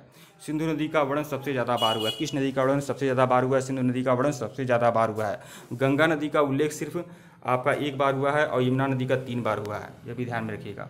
वैदिक संहिताओं में कुल 31 नदियों का उल्लेख है। प्रश्न 130 देखिएगा, ऋग्वेद के किस मंडल में शूद्र शब्द का उल्लेख है? तो 10वें मंडल में। विकल्प डी। ऋग्वेद के 10वें मंडल में पुरुष सूक्त में पहली बार वर्ण व्यवस्था का उल्लेख मिलता है। इसमें विराट पुरुष के पैरों से शूद्र की उत्पत्ति दिखाई गई है। इस प्रकार शूद्र शब्द पहली बार पुरुष सूक्त में ही प्राप्त होता है। ऋग्वेद में जायद स्तंभ अर्थात पत्नी ही घर है कहकर इसके महत्व को स्वीकार किया गया है। ऋग्वेद में कहा गया है जायद स्तंभ मतलब पत्नी ही गृह है, यह कहकर इसके महत्व को स्वीकार किया गया है। वर वधू को सम्मिलित रूप से अर्भ कहा जाता है, अर्भ। प्रश्न 131 देखिएगा, ऋग्वेद के किस मंडल में शूद्र का उल्लेख है? तो ऋग्वेद के 10वें मंडल में शूद्र का उल्लेख है। जीआईसी प्रवक्ता परीक्षा 2009 में पूछा गया यह प्रश्न है। प्रश्न 132 देखिएगा, राजा की उत्पत्ति के विषय में सर्वप्रथम उल्लेख किस वेद में मिलता है? राजा की उत्पत्ति के उल्लेख में सबसे पहले वर्णन जो मिलता है ऐत्रेय ब्राह्मण में मिलता है। ऐत्रेय ब्राह्मण। प्रश्न विकल्प डी। ऐत्रेय ब्राह्मण में सर्वप्रथम राजा की उत्पत्ति का सिद्धांत मिलता है। अधिकारों में वृद्धि के फलस्वरूप अलग अलग दिशाओं में राजा के नाम अलग अलग होने लगे थे। मध्य देश में जो राजा होता था उसे राजा, पूर्व देश का जो राजा होता सम्राट, पश्चिम में जो राजा होता था उसे स्वराट, और उत्तर में विराट, दक्षिण में भोज कहा जाता था। वह राजा जो चारों दिशाओं को विजित कर लेता था उसे एकराट कहा जाता था। एकराट किसे कहा गया है? जो चारों दिशाओं को विजित कर लेता था। जो महापद्मनानंद था वह एकराट की उपाधि धारण किया हुआ था। राजसूय यज्ञ का विशेष वर्णन किसमें है? तो सतपथ ब्राह्मण में राजसूय यज्ञ का विशेष वर्णन है। कैकेयी की अश्वपति, काशी के अजातशत्रु व विदेह के राजा जनक, कुरु की उद्दालक कारुणी और पंचाल के प्रवाह जाबाली प्रमुख राजा थे। सतपथ ब्राह्मण में 12 तरह की रत्नियों का उल्लेख है। 12 तरह की रत्नियों का उल्लेख किसमें है? सतपथ ब्राह्मण में। निम्नलिखित में से कौन एक ग्रंथ वैदिक कालीन रत्नियों की सूची का उल्लेख करता है? तो सतपथ ब्राह्मण ही है, जिसमें 12 तरह की रत्नियों का उल्लेख है। पीजीटी परीक्षा 2016 में यह प्रश्न पूछा है। प्रश्न 134 देखिएगा, निम्नलिखित में से किस उपनिषद में कैकेय जनपद का एक दार्शनिक राजा था? तो कैकेयी के राजा कौन थे? तो अश्वपति। जीआईसी प्रवक्ता परीक्षा 2017 में पूछा गया यह प्रश्न है। प्रश्न 135 देखिएगा, उत्तर वैदिक काल में रत्नियों की संख्या कितनी थी? तो 12। यह तो आप सब जान चुके हैं। प्रश्न 135 अगला प्रश्न देखिएगा 136, उत्तर वैदिक काल की प्रमुख फसल क्या थी? उत्तर वैदिक काल की जो प्रमुख फसल थी वह क्या थी? तो ये आपका गेहूं और चावल। पीजीटी परीक्षा सन 2000 में पूछा गया यह प्रश्न है। कृषि और पशुपालन उत्तर वैदिक काल के आर्थिक जीवन का मुख्य आधार थे। देखिए ऋग्वैदिक काल में सिर्फ और सिर्फ पशुपालन ही था।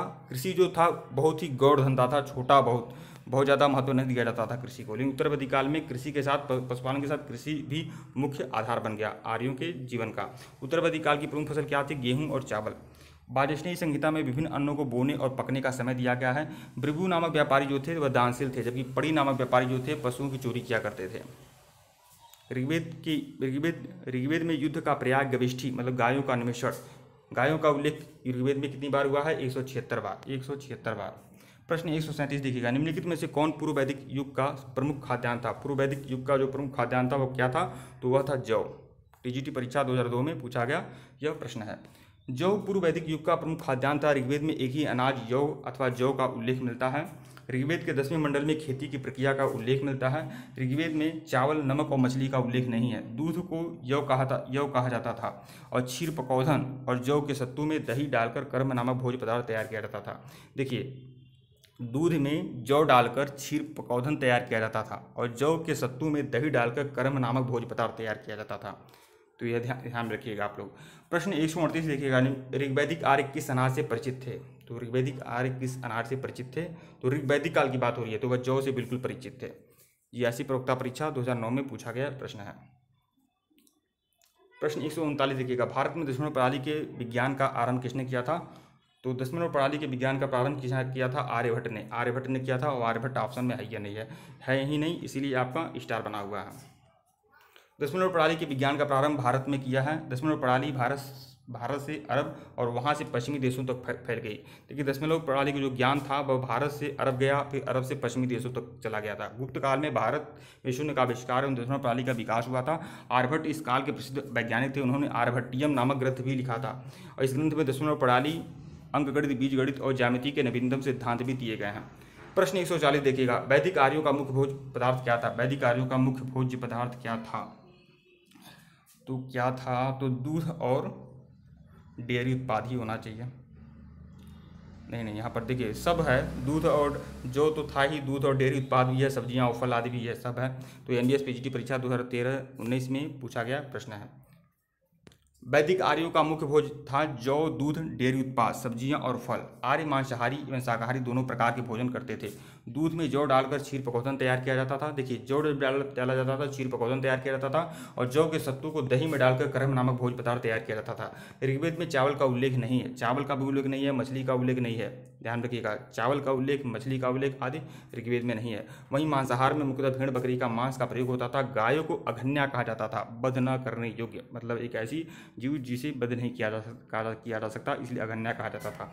लास्ट प्रश्न देखिएगा, और यह वैदिक काल का सबसे आखिरी प्रश्न है और आप लोग देख चुके हैं कि 141 प्रश्न पूरे के पूरे वैदिक काल के हैं। ऋग्वैदिक काल, उत्तर वैदिक काल दोनों के 141 प्रश्न हैं सारगर्भित व्याख्या के साथ।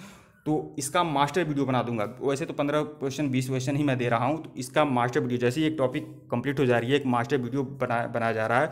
तो प्लेलिस्ट में जाइएगा, घटना चक्र TGT PGT NET history master video के नाम से प्लेलिस्ट बनी हुई है, जिसमें हर टॉपिक का मास्टर वीडियो आपको मिल जाएगा 1.5 घंटे 2 घंटे का।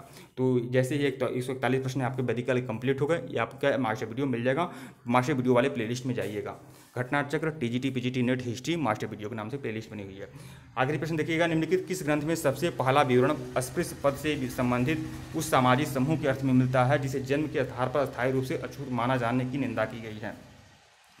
तो विष्णु धर्मसूत्र में यह निंदा किया गया है कि अस्पृश्य, जैसे जिन्हें जन्म के आधार पर अछूत माना जाता है, तो इस विषय पर निंदा किया गया है विष्णु धर्मसूत्र में, इसे स्वीकार नहीं किया गया है विष्णु धर्मसूत्र में। तो एनबीएस पीजीटी परीक्षा 17 दिसंबर 2019 में हुई थी, इसमें यह जानकारी है। विष्णु धर्मसूत्र को विष्णु स्मृति अथवा वैष्णव धर्मशास्त्र भी कहते हैं। इसमें 100 अध्याय हैं। सर्वप्रथम इसी ग्रंथ में अस्पृश्य शब्द का उल्लेख मिलता है। सबसे पहले अस्पृश्य शब्द का उल्लेख इसमें मिलता है तो विष्णु धर्मसूत्र में, विष्णु स्मृति में। उस सामाजिक समूह के अर्थ में मिलता है जिसे जन्म के आधार पर अस्थायी रूप से अछूत माना जाने की आलोचना की गई है। मतलब इसने पक्ष ही लिया है विष्णु स्मृति में। यह कहा गया है किसी को जन्म के आधार पर अस्पृश्य माना जा रहा है, इसकी घोर निंदा की गई है विष्णु स्मृति में। इस ग्रंथ में सामाजिक व्यवस्था को बनाए रखने के लिए चारों वर्णों,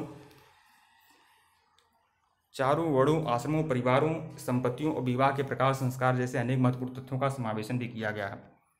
तो यह आपका कंप्लीट हो गया।